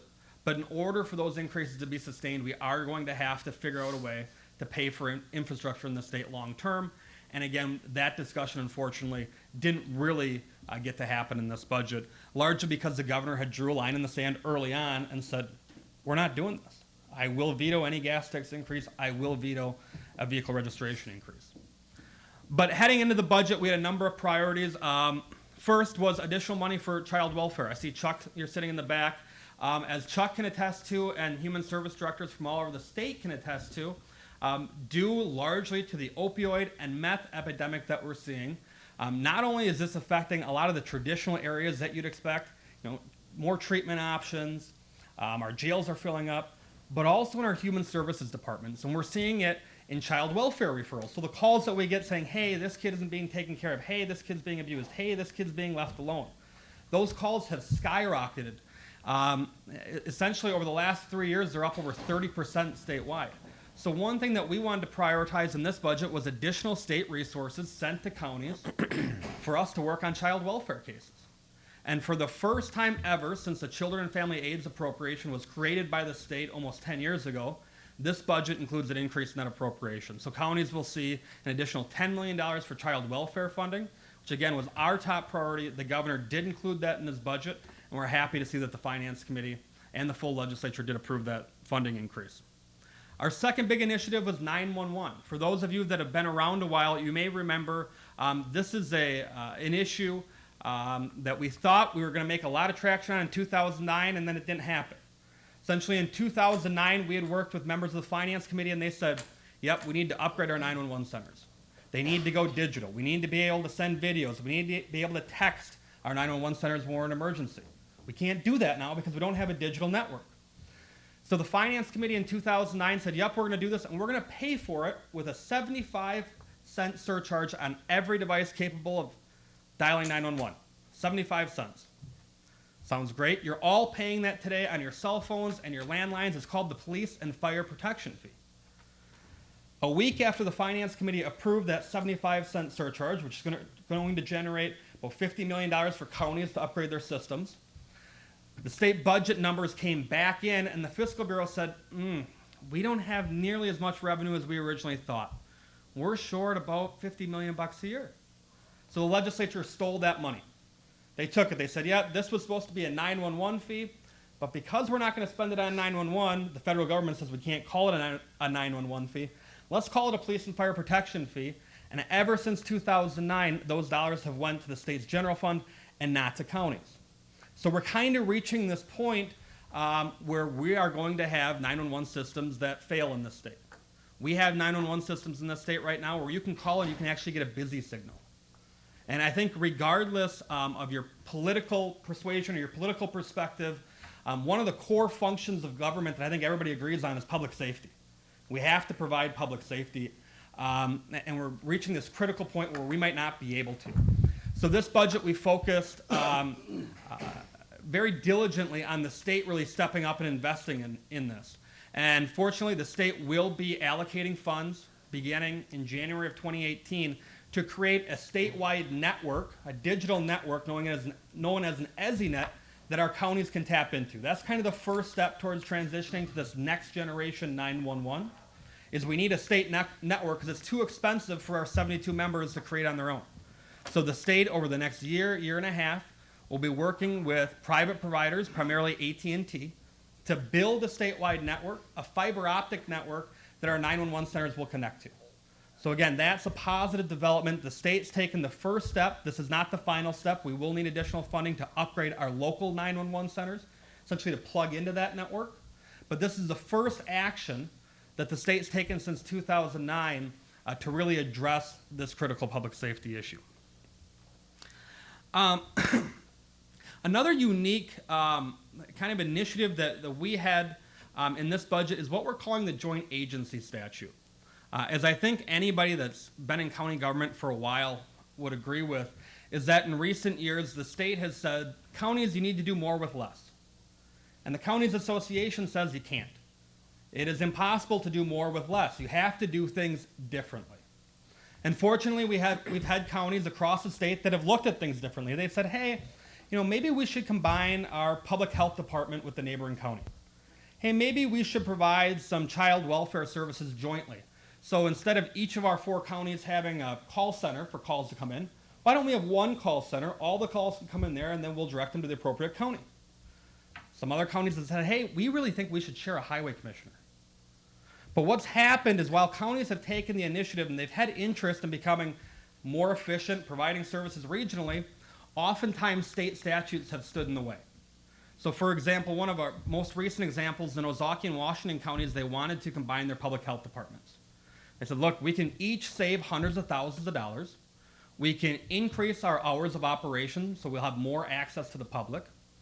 And we can just become more efficient in how we deliver our public health services. So they came together and said, here's how we're going to do it, here's how we're going to split the cost, and they go to the state, and the state says, nope, you can't do that. Because state statutes dictate, here's how you have to set it up, here's how you have to pay for it, and here's how you have to run it. So we've consistently run into that problem. The child welfare example that I mentioned where 4 counties in northwest Wisconsin wanted to have this regional call center, we went to the state, and the state says, yeah, we think it's a good idea, but you can't do it. You can't do it because in human services, either you combine your entire departments or you don't combine them all at all. You can't do these kind of piecemeal items, even though they may make sense to combine. So we went to the governor's office, and we presented last summer to the Governor's Commission on Government Reform and Efficiency. And largely, and I'm oversimplifying this, but largely the language that the governor incorporated in the budget, and which was approved by the Finance Committee and the legislature, says counties, anything that you can do on your own, you can now jointly provide with other counties. It's an option. You don't have to do it, but if you want to do it, you can jointly provide it with other counties without worrying about other state statutes that may stand in the way. So again, at a time when the state is asking you, hey, I know we're cutting your funding, hey, we're not giving you dollars even though you have increased demands from taxpayers, at a time we're being asked to, again, do more with less, we finally have the option, the potential to do things differently. So that's something that I know a number of counties are interested in, and we're excited that that's moving forward. Going back to transportation, as I mentioned, we are disappointed that there's not a long-term solution. The state assembly was very adamant that they wanted to fix the problem this time. And I think Assembly Speaker Robin Voss just yesterday said my biggest disappointment in this budget is that we didn't address infrastructure needs. But even though we don't have this long-term solution, we do have significant investments in the county road system. Under the General Transportation Aid Program, which is money the state provides counties to maintain our road system, we're seeing a 13% increase in that. That's the largest increase that counties have received since the 1990s. In the Local Road Improvement Program, it's kind of the county construction program. So these aren't necessarily maintenance activities, but more construction, reconstruction related activities for our county road system. We're seeing a $5 million increase in that program, which is the first increase in the Local Road Improvement Program since it was created in 1998. Positive. We're also seeing significant investment in the local bridge program by over 50%. So we all know whether it's a county bridge or a local town bridge or municipal bridge, we have bridges all over the state that are structurally either deficient or deteriorating. So there is over a 50% increase in investment for local bridges. Positive. And also, as the Highway Commissioner mentioned, counties are unique in Wisconsin in that we're the only state in the country where the state DOT doesn't actually have its own trucks out there plowing the state highway system, the federal interstate system. We don't do that. Here in Wisconsin, the state DOT says, hey, county, I want to contract with you. I want you to do the maintenance on my system in the federal state and the federal system, and I'll pay you to do that. So in this budget, there's an additional $33.5 million increase in routine maintenance agreements. Again, those are contracts that we enter in with the state, so counties enter in those contracts with the state to perform maintenance on the state highway system. Of course, those are important because it keeps our folks busy. It gives us additional opportunities for more work. So that's kind of the highlight of the county picture. Only, I think the last issue I wanted to mention is you may have noticed about 2 weeks ago, we sent an action alert out to our membership talking about some changes to quarry and frac sand regulations. There was an attempt by both the aggregate producers, the quarry operators, as well as the state's business community, the frac sand industry, and the ag community to really preempt a lot of local authority as it relates to regulations over quarry operations, frac sand, and the ag community. We were able, thanks to help from people in this room who made calls to their legislators. Pat, I know you made calls. I appreciate that. Due to the calls that legislators heard from members of local government, that proposal was really narrowed down, really stripped down in the state budget, and the governor will veto it in its entirety. So there will be no changes to local regulation of quarries, frac sand, or the ag industry in this budget. So that's, again, a positive development. So with that, we're kind of waiting for the governor to sign, or first veto, and then sign the budget. After that, we're going to have a fall floor session. It will be pretty condensed. The State Assembly hopes to be out of Madison by the end of January or early February. So we're not going to have a lot of time for bills to be introduced and run through the regular legislative process, largely because with the budget extending way into fall, it really collapsed the fall floor period. And of course, next November is an election year, so legislators like to get out of Madison as soon as possible so they can head back and run for re-election. So really, October, November, not a lot happens in December. Some activity in January. I think over the next 3.5 months, it's going to be kind of a sprint to the finish, where if you don't have your ducks lined up and you don't have your bills figured out that you want to run and you want to pass, the clock is going to run out. So we'll be working vigilantly on a fall legislative session, kind of our priority list. We have a number of bills in the hopper. And again, we thank you for your participation, and I'm happy, Chair Keppen, to answer any questions regarding the budget or any other legislative matter. Sure. Questions for Kyle? Mr. Penny. How does our association feel about the Foxconn venture? The Foxconn proposal was an interesting one because, unlike a lot of other issues that we engage in, this one had less of a statewide feel, and it was more limited to 2 counties.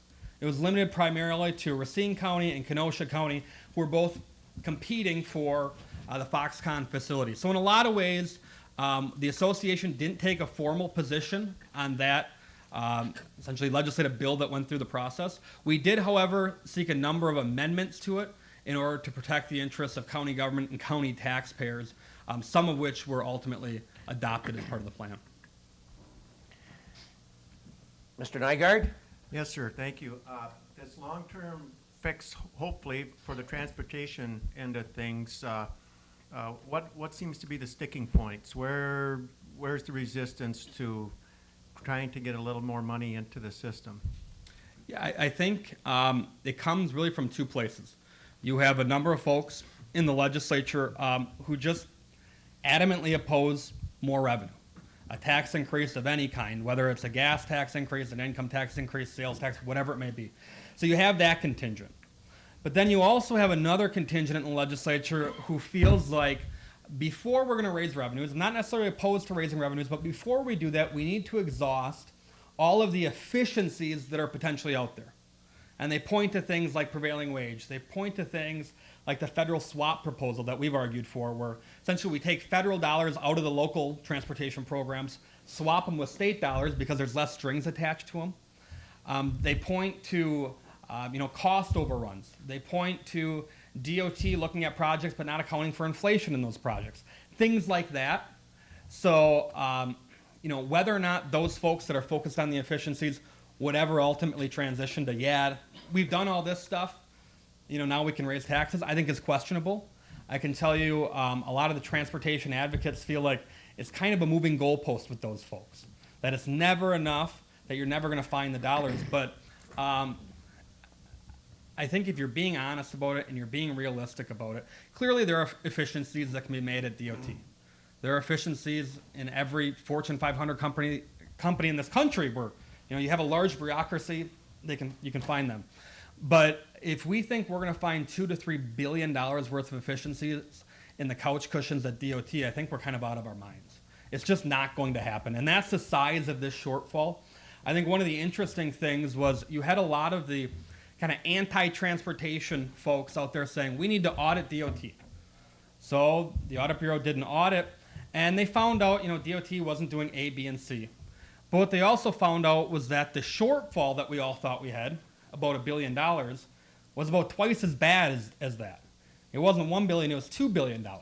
So again, do we need to do efficiencies? Absolutely. But that alone isn't going to solve the problem.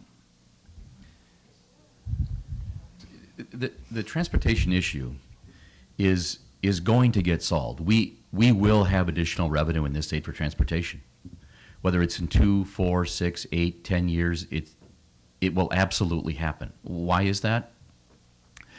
Because if we're going to have a successful economy, there are many ingredients, but 3 of the primary ingredients are: 1, available capital for the private sector to do what the private sector does best, employ people and create wealth. They do it very well and very efficiently, but they need money to do it. We're doing some of that, not as much as perhaps we could, but we're doing some. Foxconn's a great example, available capital. Number 2, the economy, a strong economy, successful economy, the new technology, millennium, knowledge-based economy of the future, where the number 1 resource for private sector profit is not oil, water, steel, paper pulp, but where the number 1 resource for private sector profit is smart young talent. The second ingredient for a successful future economy is smart young people. We need to grow more of them. We need to create them. We need to educate them, and we need to keep them. That's the resource of the future. I mean, in 1950, it took an enormous amount of effort to move your entity, your business entity, from point A to point B. In today's new millennium knowledge technology-based economy, you can move almost overnight. And where are we moving to? To where the smart young talent is. So invest in our communities to attract the smart young talent to get that second ingredient for a successful future economy. What's the third ingredient? Among many, but these are the top 3. Available capital, smart young talent, and the third ingredient, infrastructure. Soft infrastructure like broadband everywhere you go, especially if you want to take any sort of 20-something and keep them in your community, you better have broadband. Not having broadband is no guarantee of economic success. Not having it is pretty much a guarantee you cannot be successful. So soft infrastructure like broadband, and then the second part of that third ingredient, hard infrastructure like transportation. It's almost illogical to think any other way. If you want a successful economy, a successful future, a state position for success, you need the ingredients for a successful, strong private sector economy. And while we have a substantial public sector in this state, the private sector is what drives our economy. So we want a really successful private sector. What does it need? Available capital, smart young talent, and infrastructure. If you care about the future of the state, you want to invest in your infrastructure. You want to invest in the education. You want to invest in our communities. You want to make capital available for the private sector. That's what you would want. And that's not one side of the aisle or the other. That's just thinking ahead. 2, 5, 10, 15, 20, 50 years. And quite frankly, in my opinion, it's what we do really, really well in county government. You just heard it today from Heidi. We're thinking 20 years down the road. There are definitely people in the state of Wisconsin that think a lot further down the road. But there are also a fair number of people that get really bogged down in 2-year increments. And that's not as beneficial as it could be if we thought in 10, 20, 50-year increments. But so we will have additional revenue in transportation when a critical mass of individuals come to the conclusion that this is one of the necessary ingredients for a successful future economy. When that occurs, then we will increase the gas tax, increase registration fee, look at tolling, probably have open road tolling. We'll have some combination, maybe all of them, and maybe some we haven't even thought of yet. Vehicle miles traveled, we'll have something like that, and there will be additional dollars put in. Other questions, Mr. Chairman? Questions for Kyle? I do have a question, Mark. As you know, I sit on the County Mutual Board of Directors, and I'm really proud and honored to be on there. And it's a very successful County Mutual County Mutual Insurance Program, and how are we doing, and does that affect me anyway, being here, the county board chair, being on that board? Yes, it does affect you. The Wisconsin County Mutual Insurance Corporation, you are a member of the County Mutual Insurance Corporation. You own the company. This issue has come up frequently, and we just had a representative assembly of all the county mutual members get together. It was an online meeting. But let me just speak a little bit about the county mutual. You own it. It is yours. It is your child. It belongs to you. I'm sometimes surprised, a little bewildered at times when people talk about, well, maybe we should go out to bid for our liability or workers' comp insurance. That is really curious to me, because you get your insurance from something you own. It would almost be as if you said, gee, to your husband or wife, you think we should look around the neighborhood, maybe get rid of our own child, see if there's something better out there, take a child in from the outside and raise that one for a while? It's crazy. It's your company. If you have an issue with the County Mutual Insurance Corporation, talk to your child. They're yours. It belongs to you. It does what you wish. So bidding out is just doesn't make any sense. So talk to your child. Now on the voting issue, this comes up often, and it just came up at this representative assembly. One of the questions that comes up from time to time is, since the body that runs the company, the board of directors, they are made up of member counties, of the owners. Mr. Keppen, as chairman or representative of Waupaca County, you sit on that board of directors.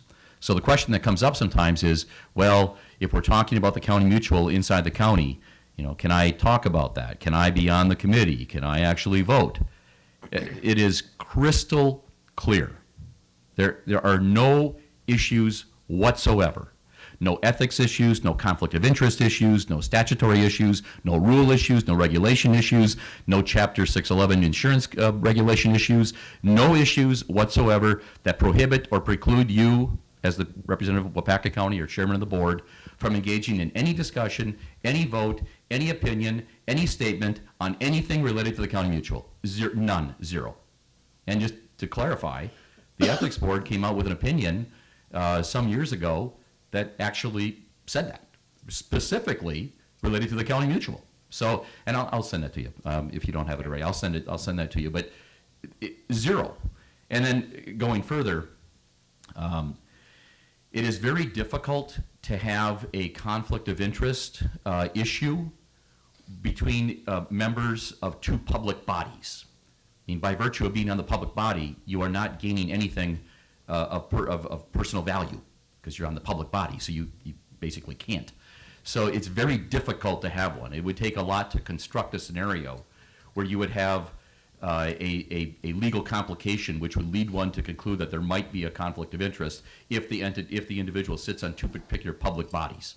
The county mutual is a public body, you're a public body, so it's very, very difficult to come to that legal conclusion.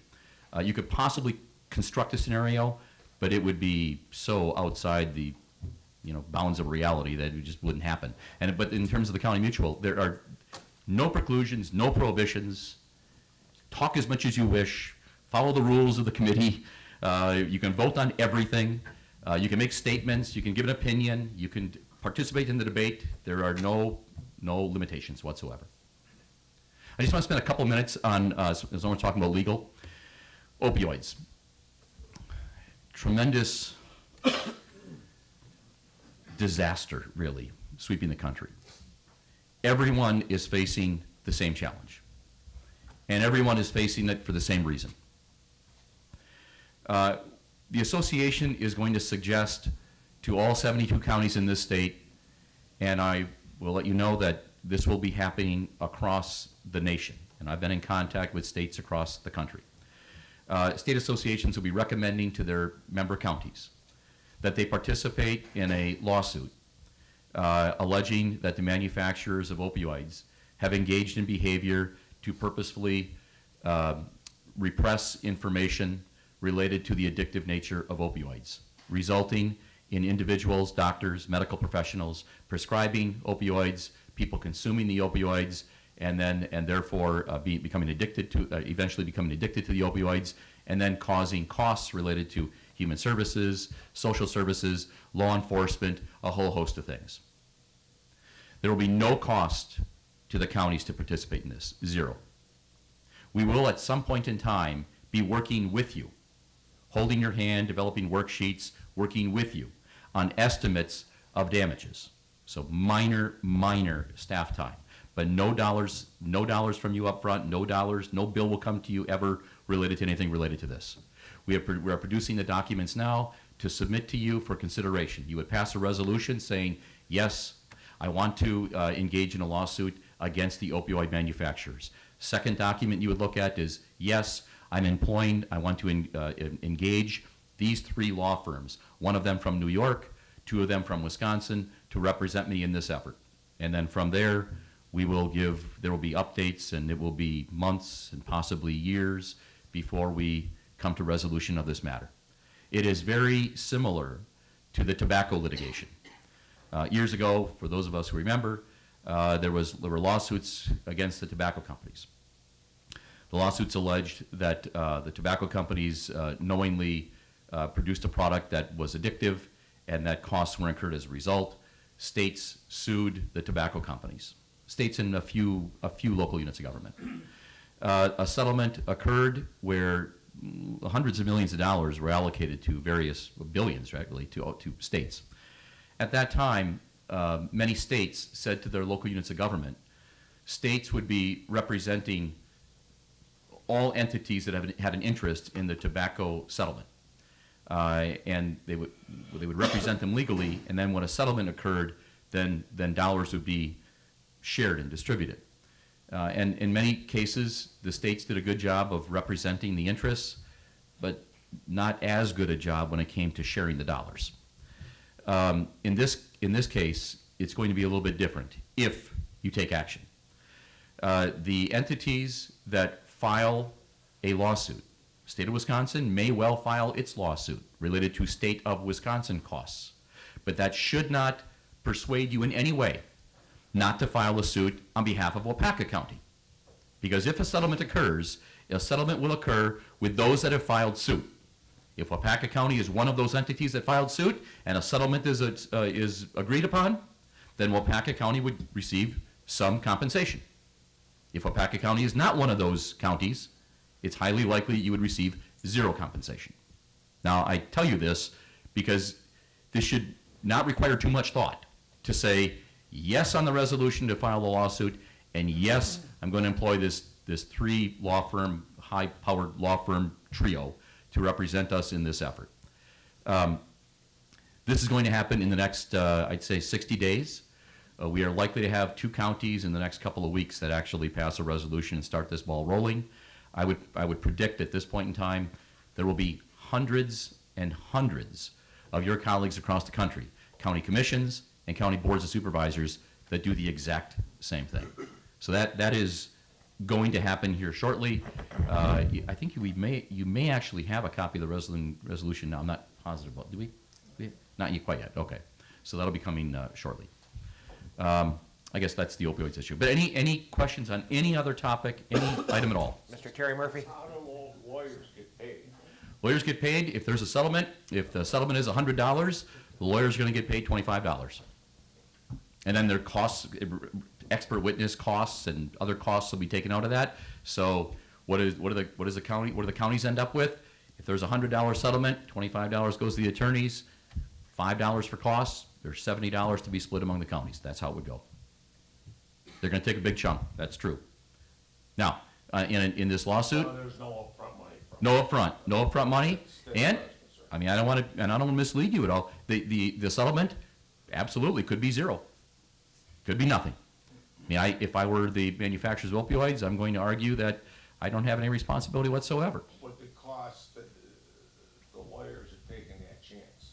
Lawyers are taking all of the upfront chance. That's right, and these law firms are in a position to do exactly that. The law firm that I spoke with I was out in Washington, D.C., speaking with the New York law firm, had a lengthy conversation. They are fully prepared to put a large team of multiple dozens of attorneys on this 24/7 with no other casework, and they have the ability to do that. This will be a game of delay, no doubt about it. And if you need to have billable hours to keep your law firm afloat, you're gonna lose interest in this real quick. But if you don't need that, fine, delay all you wish, because I've got a whole team of people that are on this job 24/7, and that's one of the law firms that we are proposing that you go with. Simmons Hanley is the name of the firm. It's a great firm. They know what they're doing. And I spoke of the Simmons Hanley firm. My conversations were with the Hanley out of New York. Very capable. Other questions on any other item of any sort on any issue? Has there been any later discussion on toll roads, or is that a dead issue? After the governor issues his vetoes, it will be a dead issue. It's fair to say that the toll road study is going to be vetoed. Does that end the discussion on it? It won't be in the budget. Does that end the discussion on it? No. Does not end the discussion. There will be more discussion on it. I mean, we're sitting here in 2017.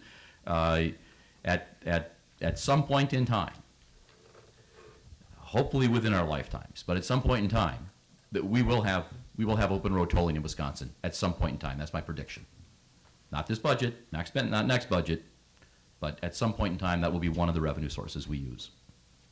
We'll probably have to do a sort of open road, open air tolling, because in 10 years when we have flying vehicles and driverless vehicles, I mean, we'll just get a bill, but there'll be some kind of a tolling in the future. Yes. Any other items on any topic, anything at all? For Mark or Kyle, this is a chance. Must have some concerns or questions. Supervisor Craig. My question is, while I enjoy and appreciate that you of Wisconsin Counties Association are representing us, what is our responsibility as a local county official to help you do your job? I hear, Mark, that you say Kyle is an excellent lobbyist and he's doing things. What kind of power does he need from behind him that involves us? That is such a great question, Pat, Supervisor. That's such a great question. We deal with legislators every single day, and people know that we are hired to do just that. Oftentimes what they want to know is, well, specifically back home, who of my people actually care? And what will they do about it? So if you are in a very respectful, polite, professional way, frequently a contact with your local elected officials, then they care what you think and what you say. So when we ask, we have an alert of some sort. Can you call Representative X? Can you call Senator Y? And indicate that this is really important to me, and here's the talking points. And you have this frequent, professional, polite relationship. Your words have weight. And when we come in to follow up, or even before your comments are made, that solidifies it. I mean, you don't have to know everything there is to know about the aggregate bill. You don't need to know that. You don't. It's a lot of time and effort. If you want to know, we'll give you everything you desire. But you don't need to know that. What we'd like you to know is this much. We've got some concerns with the preemption of local authority. And there's some issues with this aggregate bill that I got some real concerns about, Representative. Well, what are they? Well, I'll tell you what they are. Hey, I'm going to have Kyle and Mark stop in your office and lay these out for you. But I've got concerns. That's it. I mean, I know some of the fear. The fear is you're going to be asked questions and put on the spot. But you've got it perfect out. I've got issues. I've got concerns. I've got problems. I'd like to know what you're going to do to help me on this issue. And if you got real questions on the details, that's why we hire Kyle and Mark. They'll stop in your office. And then you call us and say, Kyle, get in to talk to a representative as soon as you possibly can. And we say, yes, ma'am. We're there. You don't need to know a lot. You just need to know enough that you're comfortable and can lay off any detailed questions on us. That's what we do. We're public policy every day, all the time. Early in the morning, late at night, weekends, holidays, that's what we do. So you can lay it off on us, and if we don't know it, we'll get the answer. And then we'll follow up with the legislator. So what do we need from you? A decent relationship with your legislator and the ability to call, write, run into, stop in a coffee shop, converse with, email, text, and raise an issue, especially if we ask it. That's what we need. That would be tremendous. Yeah, it'd be great to walk into a legislator and say, yep, I know. Supervisor Craig just called me about this. I've talked to her 3 times about it, so okay. Kyle, tell me exactly what the real problem is. That'd be ideal. And then we explain it, and they're able to call you and say, okay, we addressed it. I talked to Kyle. I get it. Here's what we're going to do. That's a thing of beauty. That would work great. You want to add anything, Kyle? No, I think that's. You think as much as, I think we're probably one of 6 or 7 states in the union that have full-time legislators. Do you think there'll ever be a time when we drop back to the part-timers? No. I don't think so. No. No. Okay, any other questions for Kyle and Mark? Yes. Sharon. Thank you. Mark, I have a question for you. As he announced earlier, I'm the administrator for Clintonville. Yep. And while I know that municipalities and counties will sometimes have different agendas or different interests, I definitely think there are areas in which they align. And I'm curious if your organization ever works in concert with, like, say, for instance, the League of Wisconsin Municipalities, as far as getting some of these issues before the legislators and before the governor. I'm just curious if there's ever any sort of relationship between the 2 entities or any other municipal-focused organizations. It's a great question. Let me answer it this way. There was a time in this state when a single entity, not any one particular named one, but a single entity could generate enough muscle and power to get something through all on their own. There was a time when that occurred. But that time is past. The way you get something done now is with hand-holding, with coalitions, with seemingly uninterested parties advocating on your behalf related to your position. And the way you get that done is by building relationships, honesty, sharing a common vision or belief, having the same kinds of concerns, and then getting together and talking it through and agreeing where you can and respectfully disagreeing on those items with which you cannot find consensus. So in regard to the League of Wisconsin Municipalities, some of our best friends, absolutely. Towns Association, same thing. And quite frankly, other organizations, Realtors Organization, Transportation Builders Organization, Transportation Development Association, Extension, the university system. We have friends virtually everywhere. League of Municipalities, Kurt Watinsky and Kyle are on each other's speed dial. We might as well just have walkie-talkies. They talk so much. Jerry Duchesne, the executive director of the League of Municipalities, we talk very, very often. We sit on lots of things together, talk very often. Now, and I say not only talk, but there are times when we know we're going to be on the opposite side. In Madison, honestly, there are very few secrets, really. If you're involved, there are very few secrets. So if we're engaged in some endeavor, and we know the cities aren't going to like it, we also know that they're going to find out about it. They're very good. So we call them and tell them, look, Kurt, we're going to advocate in this. We know you're probably not going to like it, but this is where we are in the issue. If you'd like to talk about it and see if we can, come to a good spot, let's do that. And I would say 100% of the time, we get a call back and we address it. Now, we still may be on the opposite side, but we're aware of it. And the league does the same with us. That's professional respect and courtesy. And overall, you're not going to fool somebody so that they didn't see it in the piece of legislation and you snuck something in. That's not really the way to do business, because that erodes trust. And trust is one of the most important commodities that you can have in this ball game called public policy and politics. That's the stock in trade. That's it. And you establish it by being honest and forthcoming. So we tell people, we'll call the realtors. You're probably not going to like this, but here's where we are on this issue. they're going to find out. Let's be honest about it, and we are.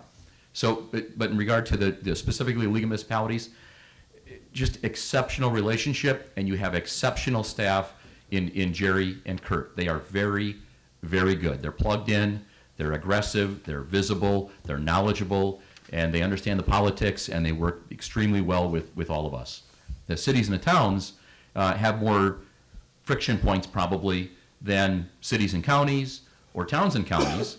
So sometimes when we're in meetings, and we have to make sure that the counties sit in the middle, but still, we get along extremely, extremely well, and you have great staff.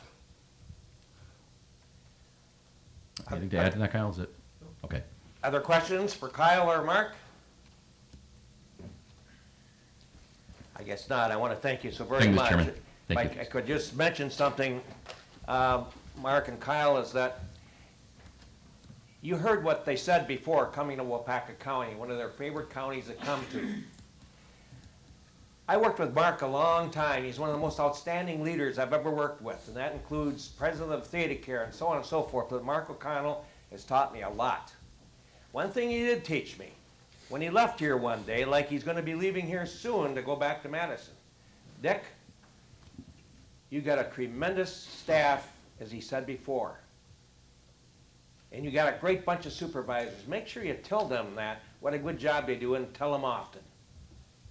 So I do try to do that, and I mean it, because we do have a great bunch of supervisors, a great bunch of staff, which works together as a team. A team concept in Waupaca County, not every county can claim. Mark will tell you the same thing. It's because of our maturity, our leadership working together. And you know we don't always agree, but by gosh, we can have lunch together, and that's good. But my training came from Mr. O'Connell, and I didn't even do that in my own workplace. You know, so that's where it all comes from. Thank you so much, guys, for coming here and all the knowledge you give us. Thank you, Mr. Chairman. Yep. Thank you.